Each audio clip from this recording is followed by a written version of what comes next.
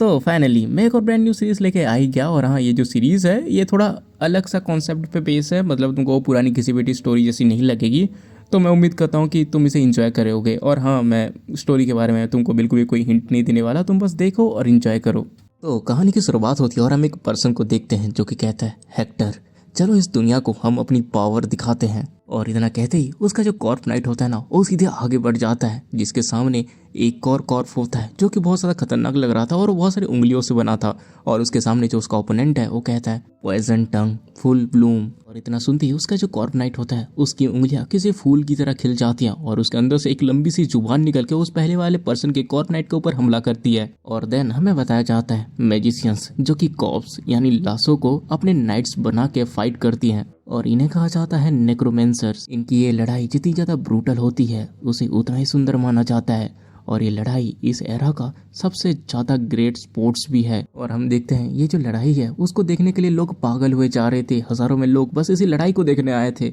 और वहीं पे पीछे एक बच्चा जो कि बहुत ज़्यादा इंटरेस्ट के साथ इस लड़ाई को देख रहा था, उसकी आंखों में एक अलग सी चमक थी, जैसे वो लड़ाई उसके दिल को छू चुकी थी। और उसके बाद हमारा सीन सीधे कट हो जाता है 17 साल बाद नेक्रोमेंसर सिटी पे, जहाँ पे एक छोटे से घर के अंदर वही लड़का जो कि अब बड़ा हो चुका है वो एक कॉप के ऊपर एन्चेंटमेंट कर रहा था ताकि वो खुद का नाइट बना सके। हम देखते हैं कि उस बच्चे के एन्चेंटमेंट से उसका जो कोर होता है, जिसको यहाँ पे उनका हार्ट कहा गया है, वो बहुत तेजी से ग्लो होने लगता है और वो जो लाश थी वो जग जाती है। लेकिन अचानक से उसका जो हार्ट है उसमें क्रैक आने लगता है और वो टूट जाता है और वो जो कॉप है वो रिवाइव नहीं हो पाता। और इसको देख के वो जो बच्चा है वो कहता है, डैम इट, एक और फेलियर। इस बार मसल और स्केलेटन के बीच में जो डेंसिटी थी वो परफेक्ट थी, नर्वस सिस्टम भी परफेक्ट था, तो आखिर फिर क्यों नहीं हुआ। हम देखते हैं वो बहुत ज़्यादा डिसअपॉइंट हो चुका था और उसके बाद वो कहता है, चलो वापस से काम में चलते हैं।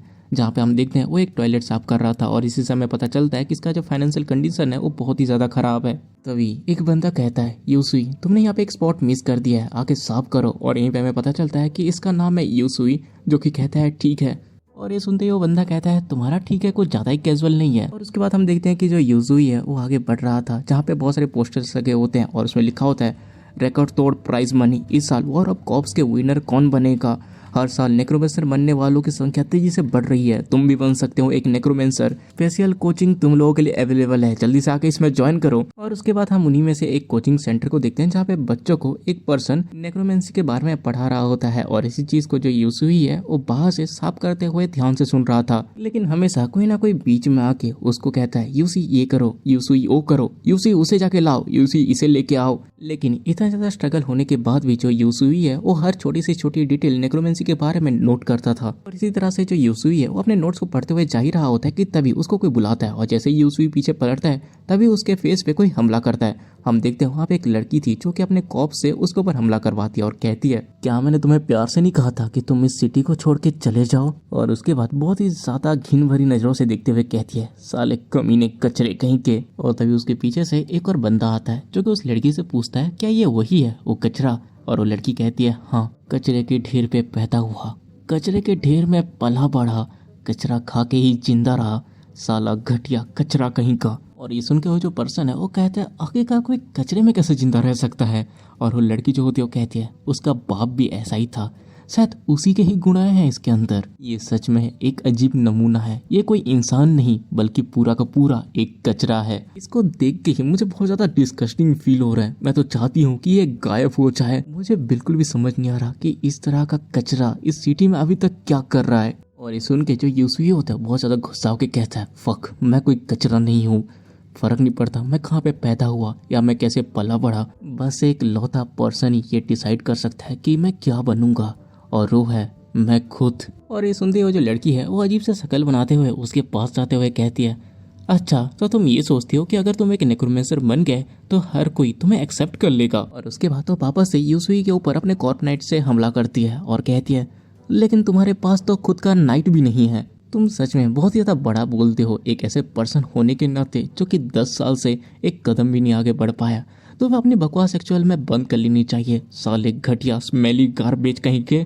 और हाँ, जल्दी से इस सिटी से निकल जाओ, नहीं तो मैं तुम्हें सचमुच में एक कचरे का ढेर बना दूंगी। हम देखते हैं इसे यूसी बहुत ज़्यादा गुस्सा हो रहा था लेकिन वो कुछ कर भी नहीं पाता। और तभी उसे किसी की बात याद आती है कि फ़र्क नहीं पड़ता तुम कहाँ पे पैदा हुए हो या कैसे पले बड़े हो, एक लौता पर्सन जो ये डिसाइड कर सकता है कि तुम क्या बनोगे वो तुम खुद हो। हम देखते हैं ये उसी पर्सन ने कहा था जिसको हमने स्टोरी के स्टार्टिंग में देखा था, और जो यूसुवी है वो कहता है ये शब्द जो पहले पर्सन ने कहा था वो था नेक्रोमेंसर रफेल, जो कि एक गरीब स्लम से आया था। उसके पास भी कुछ नहीं था, लेकिन वो इस वॉर ऑफ कॉप्स में अकेला उतरा था और उसने 6 बार जीत के इस रिकॉर्ड को अचीव किया जिसके बारे में किसी ने सोचा भी नहीं था। और उसके बाद वो इस पूरी दुनिया का मोस्ट फेमस अल्टीमेट ह्यूमन बन गया, और मैं भी उसी की तरह ही बनना चाहता हूँ। जिंदगी में एक बार, बस एक बार मेरा सपना है कि मैं बेस्ट बनूं, मुझे भी हर कोई एक्नॉलेज करे, पूरी दुनिया मेरी तारीफ करे। लेकिन तभी उसके अंदर की नेगेटिविटी उसे कहती है तुम्हें क्या सच में लगता है तुम ये कर सकते हो? हाँ तुम साले कचरे के टुकड़े। और हम देखते हैं ये आवाज़ उसे बहुत ज़्यादा परेशान कर रही थी। और उसके बाद हमारा सीन कट होता है और हम नेक्रोमेंसर के मटेरियल शॉप पे देखते हैं, जहाँ पे यूसुई कुछ लेने गया होता है, लेकिन वो जो भी देखता है वो उसके काम की नहीं होती। और वो कहता है हाँ यहाँ की क्वालिटी बहुत ही ज़्यादा टेरिबल है, यहाँ पे कुछ भी यूजेबल नहीं है। लेकिन तभी वो कुछ देखता है और एक पल के लिए वो उसी को ही देखता रह जाता है। हम देखते हैं उसके सामने एक लड़की की कॉर्प पड़ी हुई थी, और उसके बाद वो शॉपकीपर से पूछता है वो क्या है। और जो शॉपकीपर है वो कहता है अच्छा वो तो बस स्क्रैप्स हैं जिसको कि डिस्पोज करने वाले हैं। और जो यूसुई है वो कहता है अच्छा तो जो इंसान शेप का मटेरियल है उसको भी। और ये सुनते जो शॉपकीपर है वो कहता है कि हाँ ये थोड़ा स्पेशल है क्योंकि हमने इसको सालों पहले मार्केट में उतारा था, इसको 13 बार खरीदा जा चुका है लेकिन आज तक कोई इसे हिला भी नहीं पाया, इसीलिए हमेशा इसको रिटर्न कर दिया जाता है। और ये सुन के जो यूसुई है वो कहता है जो ये फेल्ड मटेरियल होते हैं वो यूजुअली स्टोन की तरह हार्ड होके टूट जाते हैं, लेकिन ये अभी तक इस तरह से बरकरार कैसे है। और तभी जो शॉपकीपर है वो कहता है ये बिल्कुल भी नहीं हिलता, भले तुम कुछ भी कर लो, सालों में कभी कभार ऐसा होता है कि कुछ ऐसी डिफेक्टिव चीजें निकल आती हैं। लेकिन तभी जो शॉपकीपर है वो यूसुई को उसमें इंटरेस्ट लेते हुए देखता है और कहता है क्या तुम इसमें इंटरेस्टेड हो? देखो वैसे भी हम लोग इसको फेंकने वाले थे, इसलिए मैं सोच रहा हूँ क्यों ना मैं इसको बहुत ही ज्यादा चीप प्राइस में बेच दूं, लेकिन बस एक ही कंडीशन में कि तुम इसको रिटर्न नहीं कर सकते। ये सुनते ही जो यूसुई है वो उसको ध्यान से देखता है और उसके हाथ में ना उसको कुछ गड़बड़ लगती है, और वो कहता है इसका हाथ बहुत ज्यादा अजीब है। और ये सुनते ही जो शॉपकीपर है वो कहता है क्या ये यूनिक नहीं है?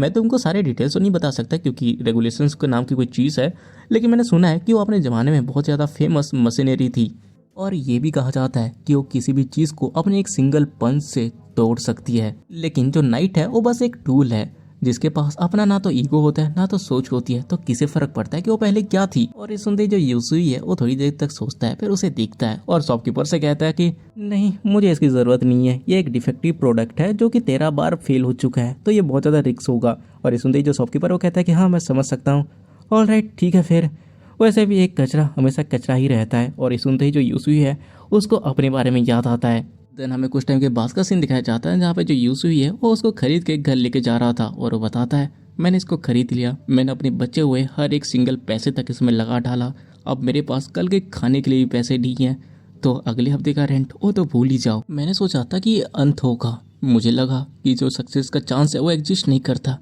लेकिन पता नहीं क्यों मुझे समझ नहीं आ रहा, किसी रीज़न की वजह से मैं आखिरी बार इसके साथ ही ट्राई करना चाहता हूँ। लोगों ने मुझे कचरा कहा, वो भाड़ में जाए, कोई कुछ भी कहे, मुझे उससे कुछ फ़र्क नहीं पड़ता, मैं ये कर सकता हूँ। हम दोनों मिलके बेस्ट बनेंगे और उसके बाद पूरी दुनिया हम लोगों की तारीफ करेगी। और उसके बाद वो अपने एन्चेंटमेंट करना स्टार्ट कर देता है, जहाँ पे हम देखते हैं उस लड़की का जो कोर है वो बहुत तेज़ी से ग्लो होने लगता है। और इसको देख के जो यूसुई है वो शौक होते हुए कहता है क्या मैं सक्सेस हो गया? लेकिन तभी उसको कुछ आवाज़ आती है और वो तभी उस लड़की की तरफ देखता है, जहाँ पर जो लड़की है वो कहती है आखिरकार तुम यहाँ पे क्या?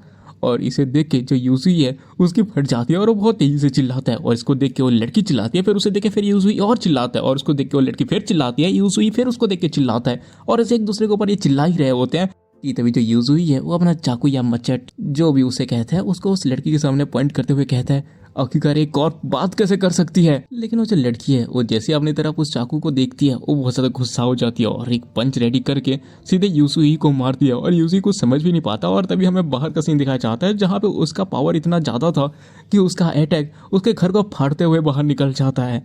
और तभी हमारा सीन कट होता है और हम देखते हैं यूसुई के अंदर की जो नेगेटिविटी है वो कहती है अच्छा हर किसी की तरह तुम भी एक नेक्रोमेंसर बनना चाहते हो, हाँ अपने सपने से बाहर आओ यूसुई, तुम्हारी माँ एक कचरा थी जिसने मेरी लाइफ बर्बाद कर दी, और एक कचरे का बेटा हमेशा कचरा ही होता है। फर्क नहीं पड़ता तुम कितना ही ज्यादा स्ट्रगल कर लो, हमेशा तुम एक कचरा ही रहोगे। कोई तुमको एक्नॉलेज नहीं करेगा क्योंकि तुम एक घटिया कचरे हो। और इसी के साथ जो यूसुई है उसकी आंखें खुल जाती है और वो बहुत जोर से चिल्लाता है, लेकिन तभी उसको रियलाइज होता है कि ये बस एक सपना है। और वो कहता है हाँ ये बस एक सपना था, वो सपना जो मैं हमेशा देखता हूँ। और वैसे भी मैं कितना बड़ा पागल हूँ, एक कॉप कभी बात नहीं कर सकता। और यही सब वो कह ही रहा होता है कि तभी उसके सामने वो जो लड़की है वो बैठी होती है और कहती है अपने आप को तुम लकी समझो क्योंकि मेरा राइट लेग काम नहीं कर रहा, जिसकी वजह से मेरा पंच मिस हो गया। और इस लड़की को ऐसे बोलता हुआ देख के जो यूसुई है उसकी फट जाती है और वो बहुत जोर से चिल्लाता है। और वो जो लड़की है वो कहती है अपना वो बंद करो, मुझे इतना ज्यादा नॉइस पसंद नहीं। हम देखते हैं वो जो यूसुई है वो इतना ज्यादा डर चुका होता है कि वो नीचे ही गिर जाता है और वो कहता है डैम इट, मेरे हाथ किसने बांध दिया है। लेकिन तभी वो जो लड़की है वो कहती है चुप करो, ये सवाल तो मुझे पूछना चाहिए, आखिरकार तुमने मेरे बॉडी के साथ क्या किया, क्योंकि अगली बार मैं मिस नहीं करूंगी। और ये सुनते ही जो यूसुई है वो घबराते हुए पीछे देखता है, जहाँ पे वो देखता है कि उसके पंच के इम्पैक्ट से उसके पीछे के पूरे छीथड़े उड़ चुके होते हैं और इसको देख के उसके अंदर से फट चुकी होती है। और तभी हमारा सीन कट होता है और हम कुछ टाइम के बाद का सीन देखते हैं, जहाँ पे वो जो लड़की है वो कहती है कि क्या एक नेक्रोमेंसर, इसका मतलब तुम कोई पागल ठरकी साइकोपैथ नहीं हो। और ये सुनते ही जो यूसुई होता है वो कहता है कि ऑफ कोर्स नहीं, तुम्हें ये किसने बताया। और तभी जो लड़की है वो कहती है इसका मतलब मैं उस दिन सच में मर गई थी। हाँ वेल थैंक्स मुझे रिवाइव करने के लिए, मैं उम्मीद करती हूँ कि मैं तुम्हें हमेशा याद रखूंगी, इसलिए चलो अब दोबारा हम कभी नहीं मिलेंगे। और एक एक को बैक है कि वहाँ से निकलने वाली होती है कि जो यूसुई होता है वो चिल्लाते हुए कहता है रुको, तुम क्या ऐसे ही निकल जाओगी यहाँ से, तुम अपना बायां पैर और दायां हाथ नहीं हिला सकती क्योंकि वो तुम्हारे ओरिजिनल बॉडी पार्ट्स नहीं है उन्हें सिर्फ। और इतना कहते ही वो अपने पावर को यूज करता है जिससे उसका जो हाथ है वो ऊपर उठता है। और इसको देख के जो यूसुई है वो कहता है उसे बस एक नेक्रोमेंसर ही हिला सकता है। और ये सुनते हुए जो लड़की है वो कहती है तो क्या हुआ। और तभी जो यूसुई है उसे बताता है इससे फर्क नहीं पड़ता कि तुम कितनी ज्यादा स्ट्रांग हो, लेकिन इस हालत में तुम्हें मेरी मदद की जरूरत है। और इतना सुनते हुए जो लड़की है वो स्माइल करते हुए कहती है अच्छा मदद। और उसके बाद वो उस चाकू को उठाती है और इसको देख के जो यूसुई है वो समझ नहीं पाता, लेकिन तभी वो जो लड़की है उस चाकू को अपने पैर पे मारती है और उसे काट देती है। और इसे देख के जो यूसुई है वो भी शौक हो जाता है। और तभी वो लड़की कहती है मैं एलियोनोरा, मैं इस दुनिया की सबसे ज़्यादा स्ट्रॉन्गेस्ट और प्रीटीएस्ट वॉरियर हूँ, इससे फ़र्क नहीं पड़ता कि मेरे पास पैर हैं या नहीं है, मुझे तुम्हारी मदद नहीं चाहिए और ना ही कुछ और। और उसके बाद वो वहाँ से जाने लगती है और उसको जाता हुआ देख के जो यूसुई है वो कुछ सोचता है और देन उसे कहता है ठीक है फिर मैं तुम्हें हायर करूँगा। ये सुनते ही जो एलियोनोरा होती है वो रुक जाती है और तभी जो यूसुई होता है वो कहता है मैं तुमको हायर करूंगा जिससे तुम पैसों के लिए लड़ोगी, अपने लाइफ टाइम के लिए तुम मेरी मशीनरी बन के रहोगी। और जहाँ तक मुझे पता है तुमने मरने के बाद अपनी लाश को बेच दिया, इसका मतलब तुम्हें सच में बहुत ही ज्यादा पैसों की जरूरत है, इसीलिए मैं तुम्हें हायर करता हूँ, मेरे लिए लड़ो। और ये सुनते ही जो एलियोनोरा होती है वो कहती है तुम बहुत ज्यादा इंटरेस्टिंग हो। वैसे ये सच है कि जब तक मुझे अच्छा पैसा मिल रहा है तब तक मुझे फर्क नहीं पड़ता कि मैं किसे मार रही हूँ या फिर मैं किस तरह की फाइट लड़ रही हूँ, मैं कभी भी इस चीज को रिफ्यूज नहीं कर सकती। मेरा एक कर्ज है जो कि मुझे कुछ भी करके रीपे करना है और वो इतना चाहता है कि तुम उसे इमेजिन भी नहीं कर सकते। लेकिन तभी यूसुई कहता है 80 बिलियन गोल्ड। और ये सुनते ही जो एलियोनोरा होती है वो पूरी शौक हो जाती है। और तभी यूसुई कहता है क्या इतना तुम्हारे कर्ज को पे करने में काफी होगा। और जो एलियोनोरा होती है वो कहते हैं कि हाँ लगता तो यही है। और तभी जो यूसुई है वो उससे पूछता है क्या तुम्हें पता है कि इस बार का जो कॉप्स वॉर है वहाँ की प्राइस मनी कितनी है। और उसके बाद वो एक पेपर को खोलता है जहाँ पे इस साल के कॉप्स वॉर की प्राइस मनी लिखी होती है जो होता है 100 बिलियन गोल्ड। ये देखते ही जो एलियोनोरा होती है वो शौक होते हुए कहती है क्या इतना ज्यादा। और जो यूसुई है वो उसे बताता है क्या तुम्हें नहीं पता कि ये इस वर्ल्ड का सबसे ज्यादा मोस्ट फेमस स्पोर्ट्स है। और तो जो एलियोनोरा है वो कहती है मेरे पास नेक्रोमेंसी का बिल्कुल भी कोई टैलेंट नहीं था, इसीलिए मैं उन चीजों के ऊपर ध्यान नहीं देती जिसका मेरे से कोई मतलब ना हो। और ये सुन के जो यूसुई है वो कहता है अच्छा लगता है कि आप तुम इसमें इंटरेस्टेड हो क्योंकि तुम एक कॉप नाइट हो, इसीलिए कंपटीशन के अंदर घुसना बहुत ज्यादा आसान है जब तक हम ये छुपा सकें कि तुम जिंदा हो। और अगर सबसे ज्यादा बेस्ट वॉरियर और मैं एक साथ मिलकर फाइट करें तो जीतना ज्यादा डिफिकल्ट नहीं होगा और इस तरह से हम पूरी दुनिया में फेमस हो जाएंगे। और तभी जो एलियोनोरा है वो कहती है देखो मुझे फेम की कोई परवाह नहीं है, तो तुम मुझे 80% दे रहे हो। और ये सुन के जो यूसुई है वो कहता है कि हाँ तुमने सही कहा, क्या ये तुम्हारे लिए अच्छा पसंद नहीं है। लेकिन जो एलियोनोरा है वो कहती है 95%। और ये सुनते ही जो यूसुई है वो कंफ्यूज होते हुए कहता है नहीं, अगर मैं सारे कॉस्ट भी मिला दूं तब भी 85% ठीक होगा। लेकिन जो एलियोनोरा है वो कहते हैं कि नहीं 95%। और तो ये जो यूसुई है वो कहता है कि ठीक है फिर 90%। लेकिन जो एलियोनोरा है वो कहते हैं कि नहीं 95%। और तो जो यूसुई है वो कहता है कि ठीक है 92%। लेकिन जो एलियोनोरा है वो कहती है 95%। और जो यूजी है वो कहता है कि ठीक है फाइन, ले लो तुम 95%। ओके, ये सुन के जो एलियोनोरा होती है वो कहती है बढ़िया, और हाँ तुम अपने हारने पे ज़्यादा दुखी मत हो क्योंकि मैं बार्गेनिंग में बहुत ज़्यादा अच्छी हूँ। तो चलो एक कॉन्ट्रैक्ट साइन करो क्योंकि मुझे किसी की बातों पे भरोसा नहीं है। और ये सब कहते हुए वो एक क्रीपी सी स्माइल दे रही थी और इसे देख के जो यूजुई है वो भी एक क्रीपी सी स्माइल देता है। देन हमारा सीन कट हो जाता है। यहाँ पे हम अगले दिन का सीन देखते हैं। जो एलियोनोरा होती है वो यूजुई से कहती है ये किस तरह से हम चल रहे हैं, तुम बहुत ज़्यादा फास्ट चल रहे हो। लेकिन जो यूजुई है वो कहता है हाँ ये इतना भी ज़्यादा आसान नहीं है। और उसका जो एलियोनोरा है वो पूछती है और आखिरकार इस तरह के अजीब मार्क्स का क्या। और जो यूजुई है वो कहता है देखो ये रूल है कि अगर मैं कोई ह्यूमन शेप का मटेरियल यूज़ कर रहा हूँ तो मुझे उसके 80% फेस को कवर करना होगा ताकि उसको कोई पहचान ना सके। और वैसे भी जैसे कि मैंने कहा था कि हमें किसी को भी ये पता लगने नहीं देना कि तुम जिंदा हो, और ये तुम्हारे लिए भी आसान होगा। लेकिन जो एलियोनोरा होती है वो कहती है बट मेरा फेस बहुत ज़्यादा प्रीसियस है। लेकिन जो यूजुई है वो कहता है केयरफुल रहो बाहर, क्योंकि जो नाइट्स होते हैं वो बस इधर उधर चलते हैं, ऐसे कोई बातचीत नहीं करते। और ये सब वो बात कर ही रहा होता है कि तभी पीछे से उसका कोई नाम लेता है। और ये सुनते ही ये दोनों पीछे पलटते हैं जहाँ पे हम उस पहले वाली लड़की को देखते हैं जो कि यूजुई को बुली करती थी। वो कहती है साले खटिया कमीने, तुमको मैंने कहा था ना तुम यहाँ से चले जाओ, और मैंने तुमको ये भी धमकी दी थी ना कि अगर तुम दोबारा मुझे दिखते हो तो मैं तुमको सच में कच्चे का टुकड़ा बना दूंगी। और ये सुनते ही जो यूजुई है वो कहता है कि डैम इट। और इस लड़की को ऐसे बोलता हुआ देख के जो एलियोनोरा है वो कहती है आखिर ये क्या है। और जो यूजुई है वो कहता है कि तुम चुपचाप रहो, मैं इसको हैंडल करता हूँ। और तभी वो जो लड़की है वो यूजुई के साथ ना एलियोनोरा को भी देख लेती है और वो कहती है क्या आखिर ये क्या है तुम्हारा नाइट। अच्छा तो यूजुई 10 साल की मेहनत के बाद फाइनली तुम सक्सेस हो ही गए, लेकिन ये तो बस तुम्हारी तरह एक कचरा है। कितनी ज्यादा बदसूरत है ये, लेकिन फिर भी अब लग रहा है कि थोड़ा मजा आएगा। मैं तुमको कंपटीशन में कैसे कुचलते हुए देखूंगी और इसीलिए मैं तुमको इस बार जाने देती हूँ। और ये कह के वो वहाँ से जाने लगती है। लेकिन तभी जो एलियोनोरा है वो कहती है देखो ये बात कौन कह रही है जो कि चलता फिरता हड्डियों का ढांचा लगती है। और ये सुनते ही जो लड़की हो बहुत गुस्सा होते हुए कहती है क्या। हम देखते हैं कि जो यूजुई है वो एलियोनोरा को कह रहा था कि मैंने तुम्हें कहा था ना चुपचाप रहो। और जो एलियोनोरा है वो कहती है तुम मुझे परेशान कर रहे हो। और तभी वो जो लड़की है उसे लगता है कि ये सब यूजुई ने कहा है और वो कहती है क्या ये सब तुमने कहा। और ये सुनते ही जो यूजुई है वो कहता है कि हाँ मैंने ये कहा, क्या तुम्हें कोई प्रॉब्लम है अगर मैं तुमको हड्डियों का ढांचा बोलूँ तो। और ये सुनते ही वो लड़की बहुत ज्यादा गुस्सा हो जाती है और कहती है कि साले कमीने मैं तुमको मार डालूंगी। और उसके बाद तो अपने कॉर्प नाइट को यूजुई को मारने के लिए भेजती है, जहाँ पे जो एलियोनोरा है वो कहती है मेरे पैर को अच्छे से संभालो। और उसके बाद वो सीधे उसके पास लड़ने के लिए जाती है जहाँ पे वो दोनों एक दूसरे से टकराते हैं। और उसके बाद हमें उस लड़की के बारे में बताया जाता है जिसका नाम है कलीना। और अगर कलीना को बाकियों से कंपेयर करें तो उसके पास फेयर अमाउंट ऑफ टैलेंट है। उसने मॉडरेट एफर्ट्स लगा के मॉडरेट रिजल्ट पा लिए थे और इसीलिए वो हर किसी को उनकी औकात दिखाती थी। अपने अचीवमेंट्स का यूज करके दूसरों को नजरअंदाज करके अपनी औकात बढ़ाती और यही उसके लाइफ की सबसे बड़ी खुशी थी। और इसी मायने में एक ऐसा आदमी जो कचरे की तरह था फिर भी अपनी पूरी कोशिश करता था लेकिन हमेशा उसके नीचे ही रहा, वही सबसे बेहतरीन खिलौना था उसके लिए ताकि उसको मजे आ सके। और उसके बाद हमारा सीन वापस से प्रेजेंट टाइम पे शिफ्ट होता है जहाँ पे जो कलीना होती है वो बहुत ज़्यादा शौक में होती है क्योंकि जो एलियोनोरा है उसने एक ही मुक्के से उसका जो कॉर्प नाइट था उसके चीथड़े उड़ा दिए थे।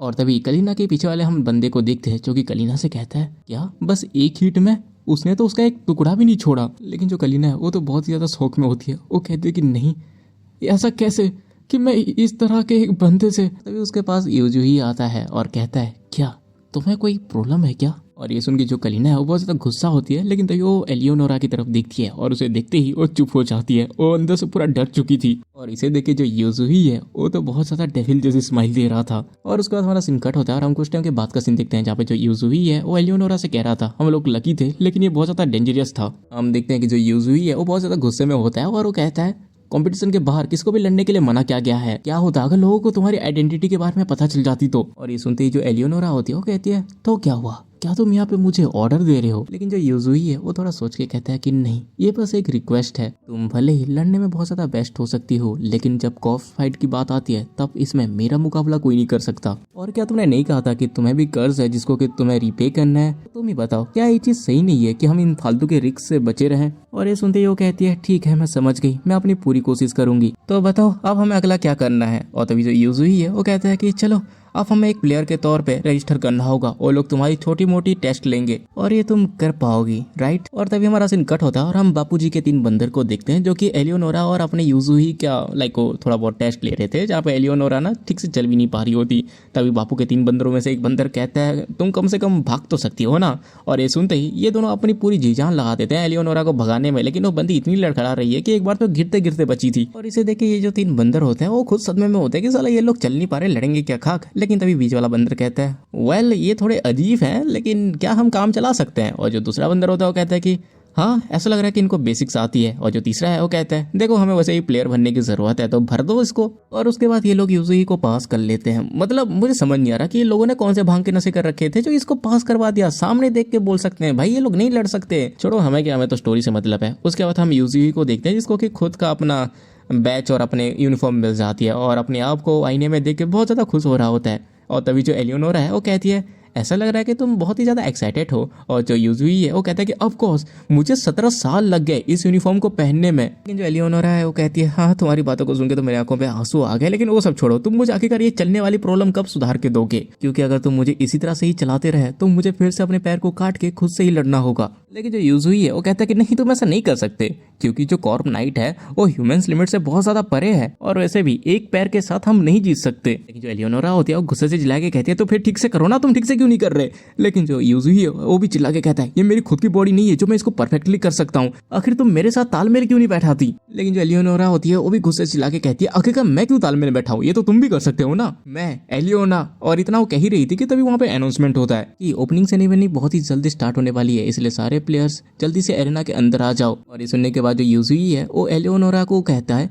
चलो ठीक है इस बारे में हम बाद में करेंगे, फिलहाल के लिए इसी में हमें काम चलाना होगा। और उसके बाद वो उसको एक चौका देते हुए कहता है फिलहाल के लिए तुम इसको पहन लो, क्योंकि यहाँ पे सिक्योरिटी रीजन की वजह से इसको पहनना पड़ता है। और उसे पहनने के बाद वो लोग एरेना की तरफ बढ़ने लगते हैं, जहाँ पे वो बीच में बहुत तरह के अजीबो गरीब कॉप्स को देखते हैं जो कि यहाँ पे लड़ने आए थे। तो जो यूजुही है वो कहता है हमारा नंबर 7508 है तो हमें यहीं रुकना होगा। और जो एलियोनोरा होती है वो कहती है हे जरा पीछे देखो, बहुत ज्यादा अजीब लोग हमारे पीछे खड़े हैं और उसके तो मुंह से कुछ अजीब जिस्सा बाहर भी आ रहा है, आखिर वो है क्या। तो जो यूजुही है वो कहता है सामने की तरफ देखो, इधर उधर कुछ हंगामा कर दिया और उनको पता चल गया तो हमारे लग जाएंगे। और ये सभी वो बात कर ही रहे होते कि तभी वहाँ पे एक पर्सन आके कहता है नाम इटर्नल होते हैं, हालांकि ह्यूमन बॉडी कमज़ोर होती है लेकिन जो नाम है वो हमेशा याद रखा जाता है। कुछ के नाम सालों तक याद रहते हैं तो कुछ के 100 सालों तक और कुछ के 1000 सालों तक, और जिनके नाम 1000 सालों तक याद रहते हैं उनको इटर्नल कहा जाता है। और मैं आज के ये वॉर ऑफ कॉप्स में ये उम्मीद करता हूँ कि ऐसा एक पर्सन जरूर बाहर आएगा। मैं सच में ये उम्मीद करता हूँ। तो अब जब कि आप सब यहाँ पे पहुँच ही चुके हैं तो मैं आप सब 8304 ग्रेट नेक्रोमेंसर से पूछता हूँ क्या आप लोग इस ब्रूटल बैटल फील्ड में लड़ने के लिए तैयार हैं। और इतना सुनते ही सब लोग चिल्ला के कहते हैं हाँ। और तभी वो जो बंदा है वो फिर से कहता है क्या आप लोग अपने दिल की बाजी लगाने के लिए तैयार हैं, जिससे आपकी जीत पूरी दुनिया याद रखे। और ये सुनते ही सब लोगों के साथ यूजुही भी चिल्लाए कहता है हाँ। और तभी वो बंदा कहता है तो फिर ठीक है 145वां वॉर ऑफ कॉप्स स्टार्ट होती है, चलो करते हैं। और ये सुनते ही सब लोग जोश में चिल्लाने लगते हैं। लेकिन तभी वो जो बंदा है वो सबको चुप कराते हुए कहता है अब मैं आप सबको इम्पोर्टेंट बात बताता हूँ, प्रीलिमिनरी राउंड पे हम चाहते हैं कि इस बार जो न्यू प्लेयर्स हैं वो पब्लिक के सामने एक्सपोज हों, उनको पब्लिक जाने। और हम चाहते हैं कि 20% के जो प्लेयर्स हैं वो एलिमिनेट हो जाएं। और उसके लिए हम जो मेथड यूज करेंगे वो है रैंडम मैच। जो पहले 2 राउंड जीतेगा उसे पास कर दिया जाएगा, लेकिन जो 4 राउंड हारेगा उसे एलिमिनेट कर दिया जाएगा। और ये सुनते ही वहाँ पे जितने भी प्लेयर्स होते हैं वो बात करने लगते हैं कि क्या 2 बार अगर जीते तो पास किए जाएंगे और 4 बार में हार जाएंगे। और जो दूसरा है वो कहता है कि इसका मतलब हम बस 5 ही फाइट लड़ सकते हैं। और तभी वो जो बंदा वो अनाउंस करता है कि जो पहली फाइट होगी वो प्लेयर जो कि ब्लैक लाइन में खड़े हैं और उसके पीछे जो प्लेयर खड़ा है उन दोनों के बीच। और ये सुनते ही जो यूजुही है वो शॉक हो जाता है कि पहला मैच उसका और उसके पीछे वाले प्लेयर का होने वाला है। और तभी जो यूजुही है उसके पीछे से आवाज आती है कितना किस्मत वाला हूँ मैं। हम देखते हैं उसके पीछे एक भद्दा सा बोना होता है जो कि कहता है हाँ कि मेरे सामने एक क्यूट सा ओपोनेंट आया है, मैं तुमको अपनी अल्टीमेट ब्यूटी दिखाऊंगा जो मैंने बनाया है। और ये सब कहते हुए वो बहुत ही ज्यादा हंस रहा था। और इसको जो यूजुही है वो ध्यान से देख रहा होता है। और इसी देखो जो बंदा है वो कहता है अरे हाँ ये वाला लुक, ये लुक मुझे पता है। तुम भी सोचते हो ना कि मैं बहुत ज्यादा अगली और डिस्गस्टिंग हूँ, क्यों मैंने सही कहा ना। तुम और बाकी लोग सब लोग सेम हैं, लेकिन जब तुम मेरी अल्टीमेट ब्यूटी को देखोगे जो मैंने अपने हाथों से क्रिएट किया है तुम भी मुझे एक्नॉलेज करोगे।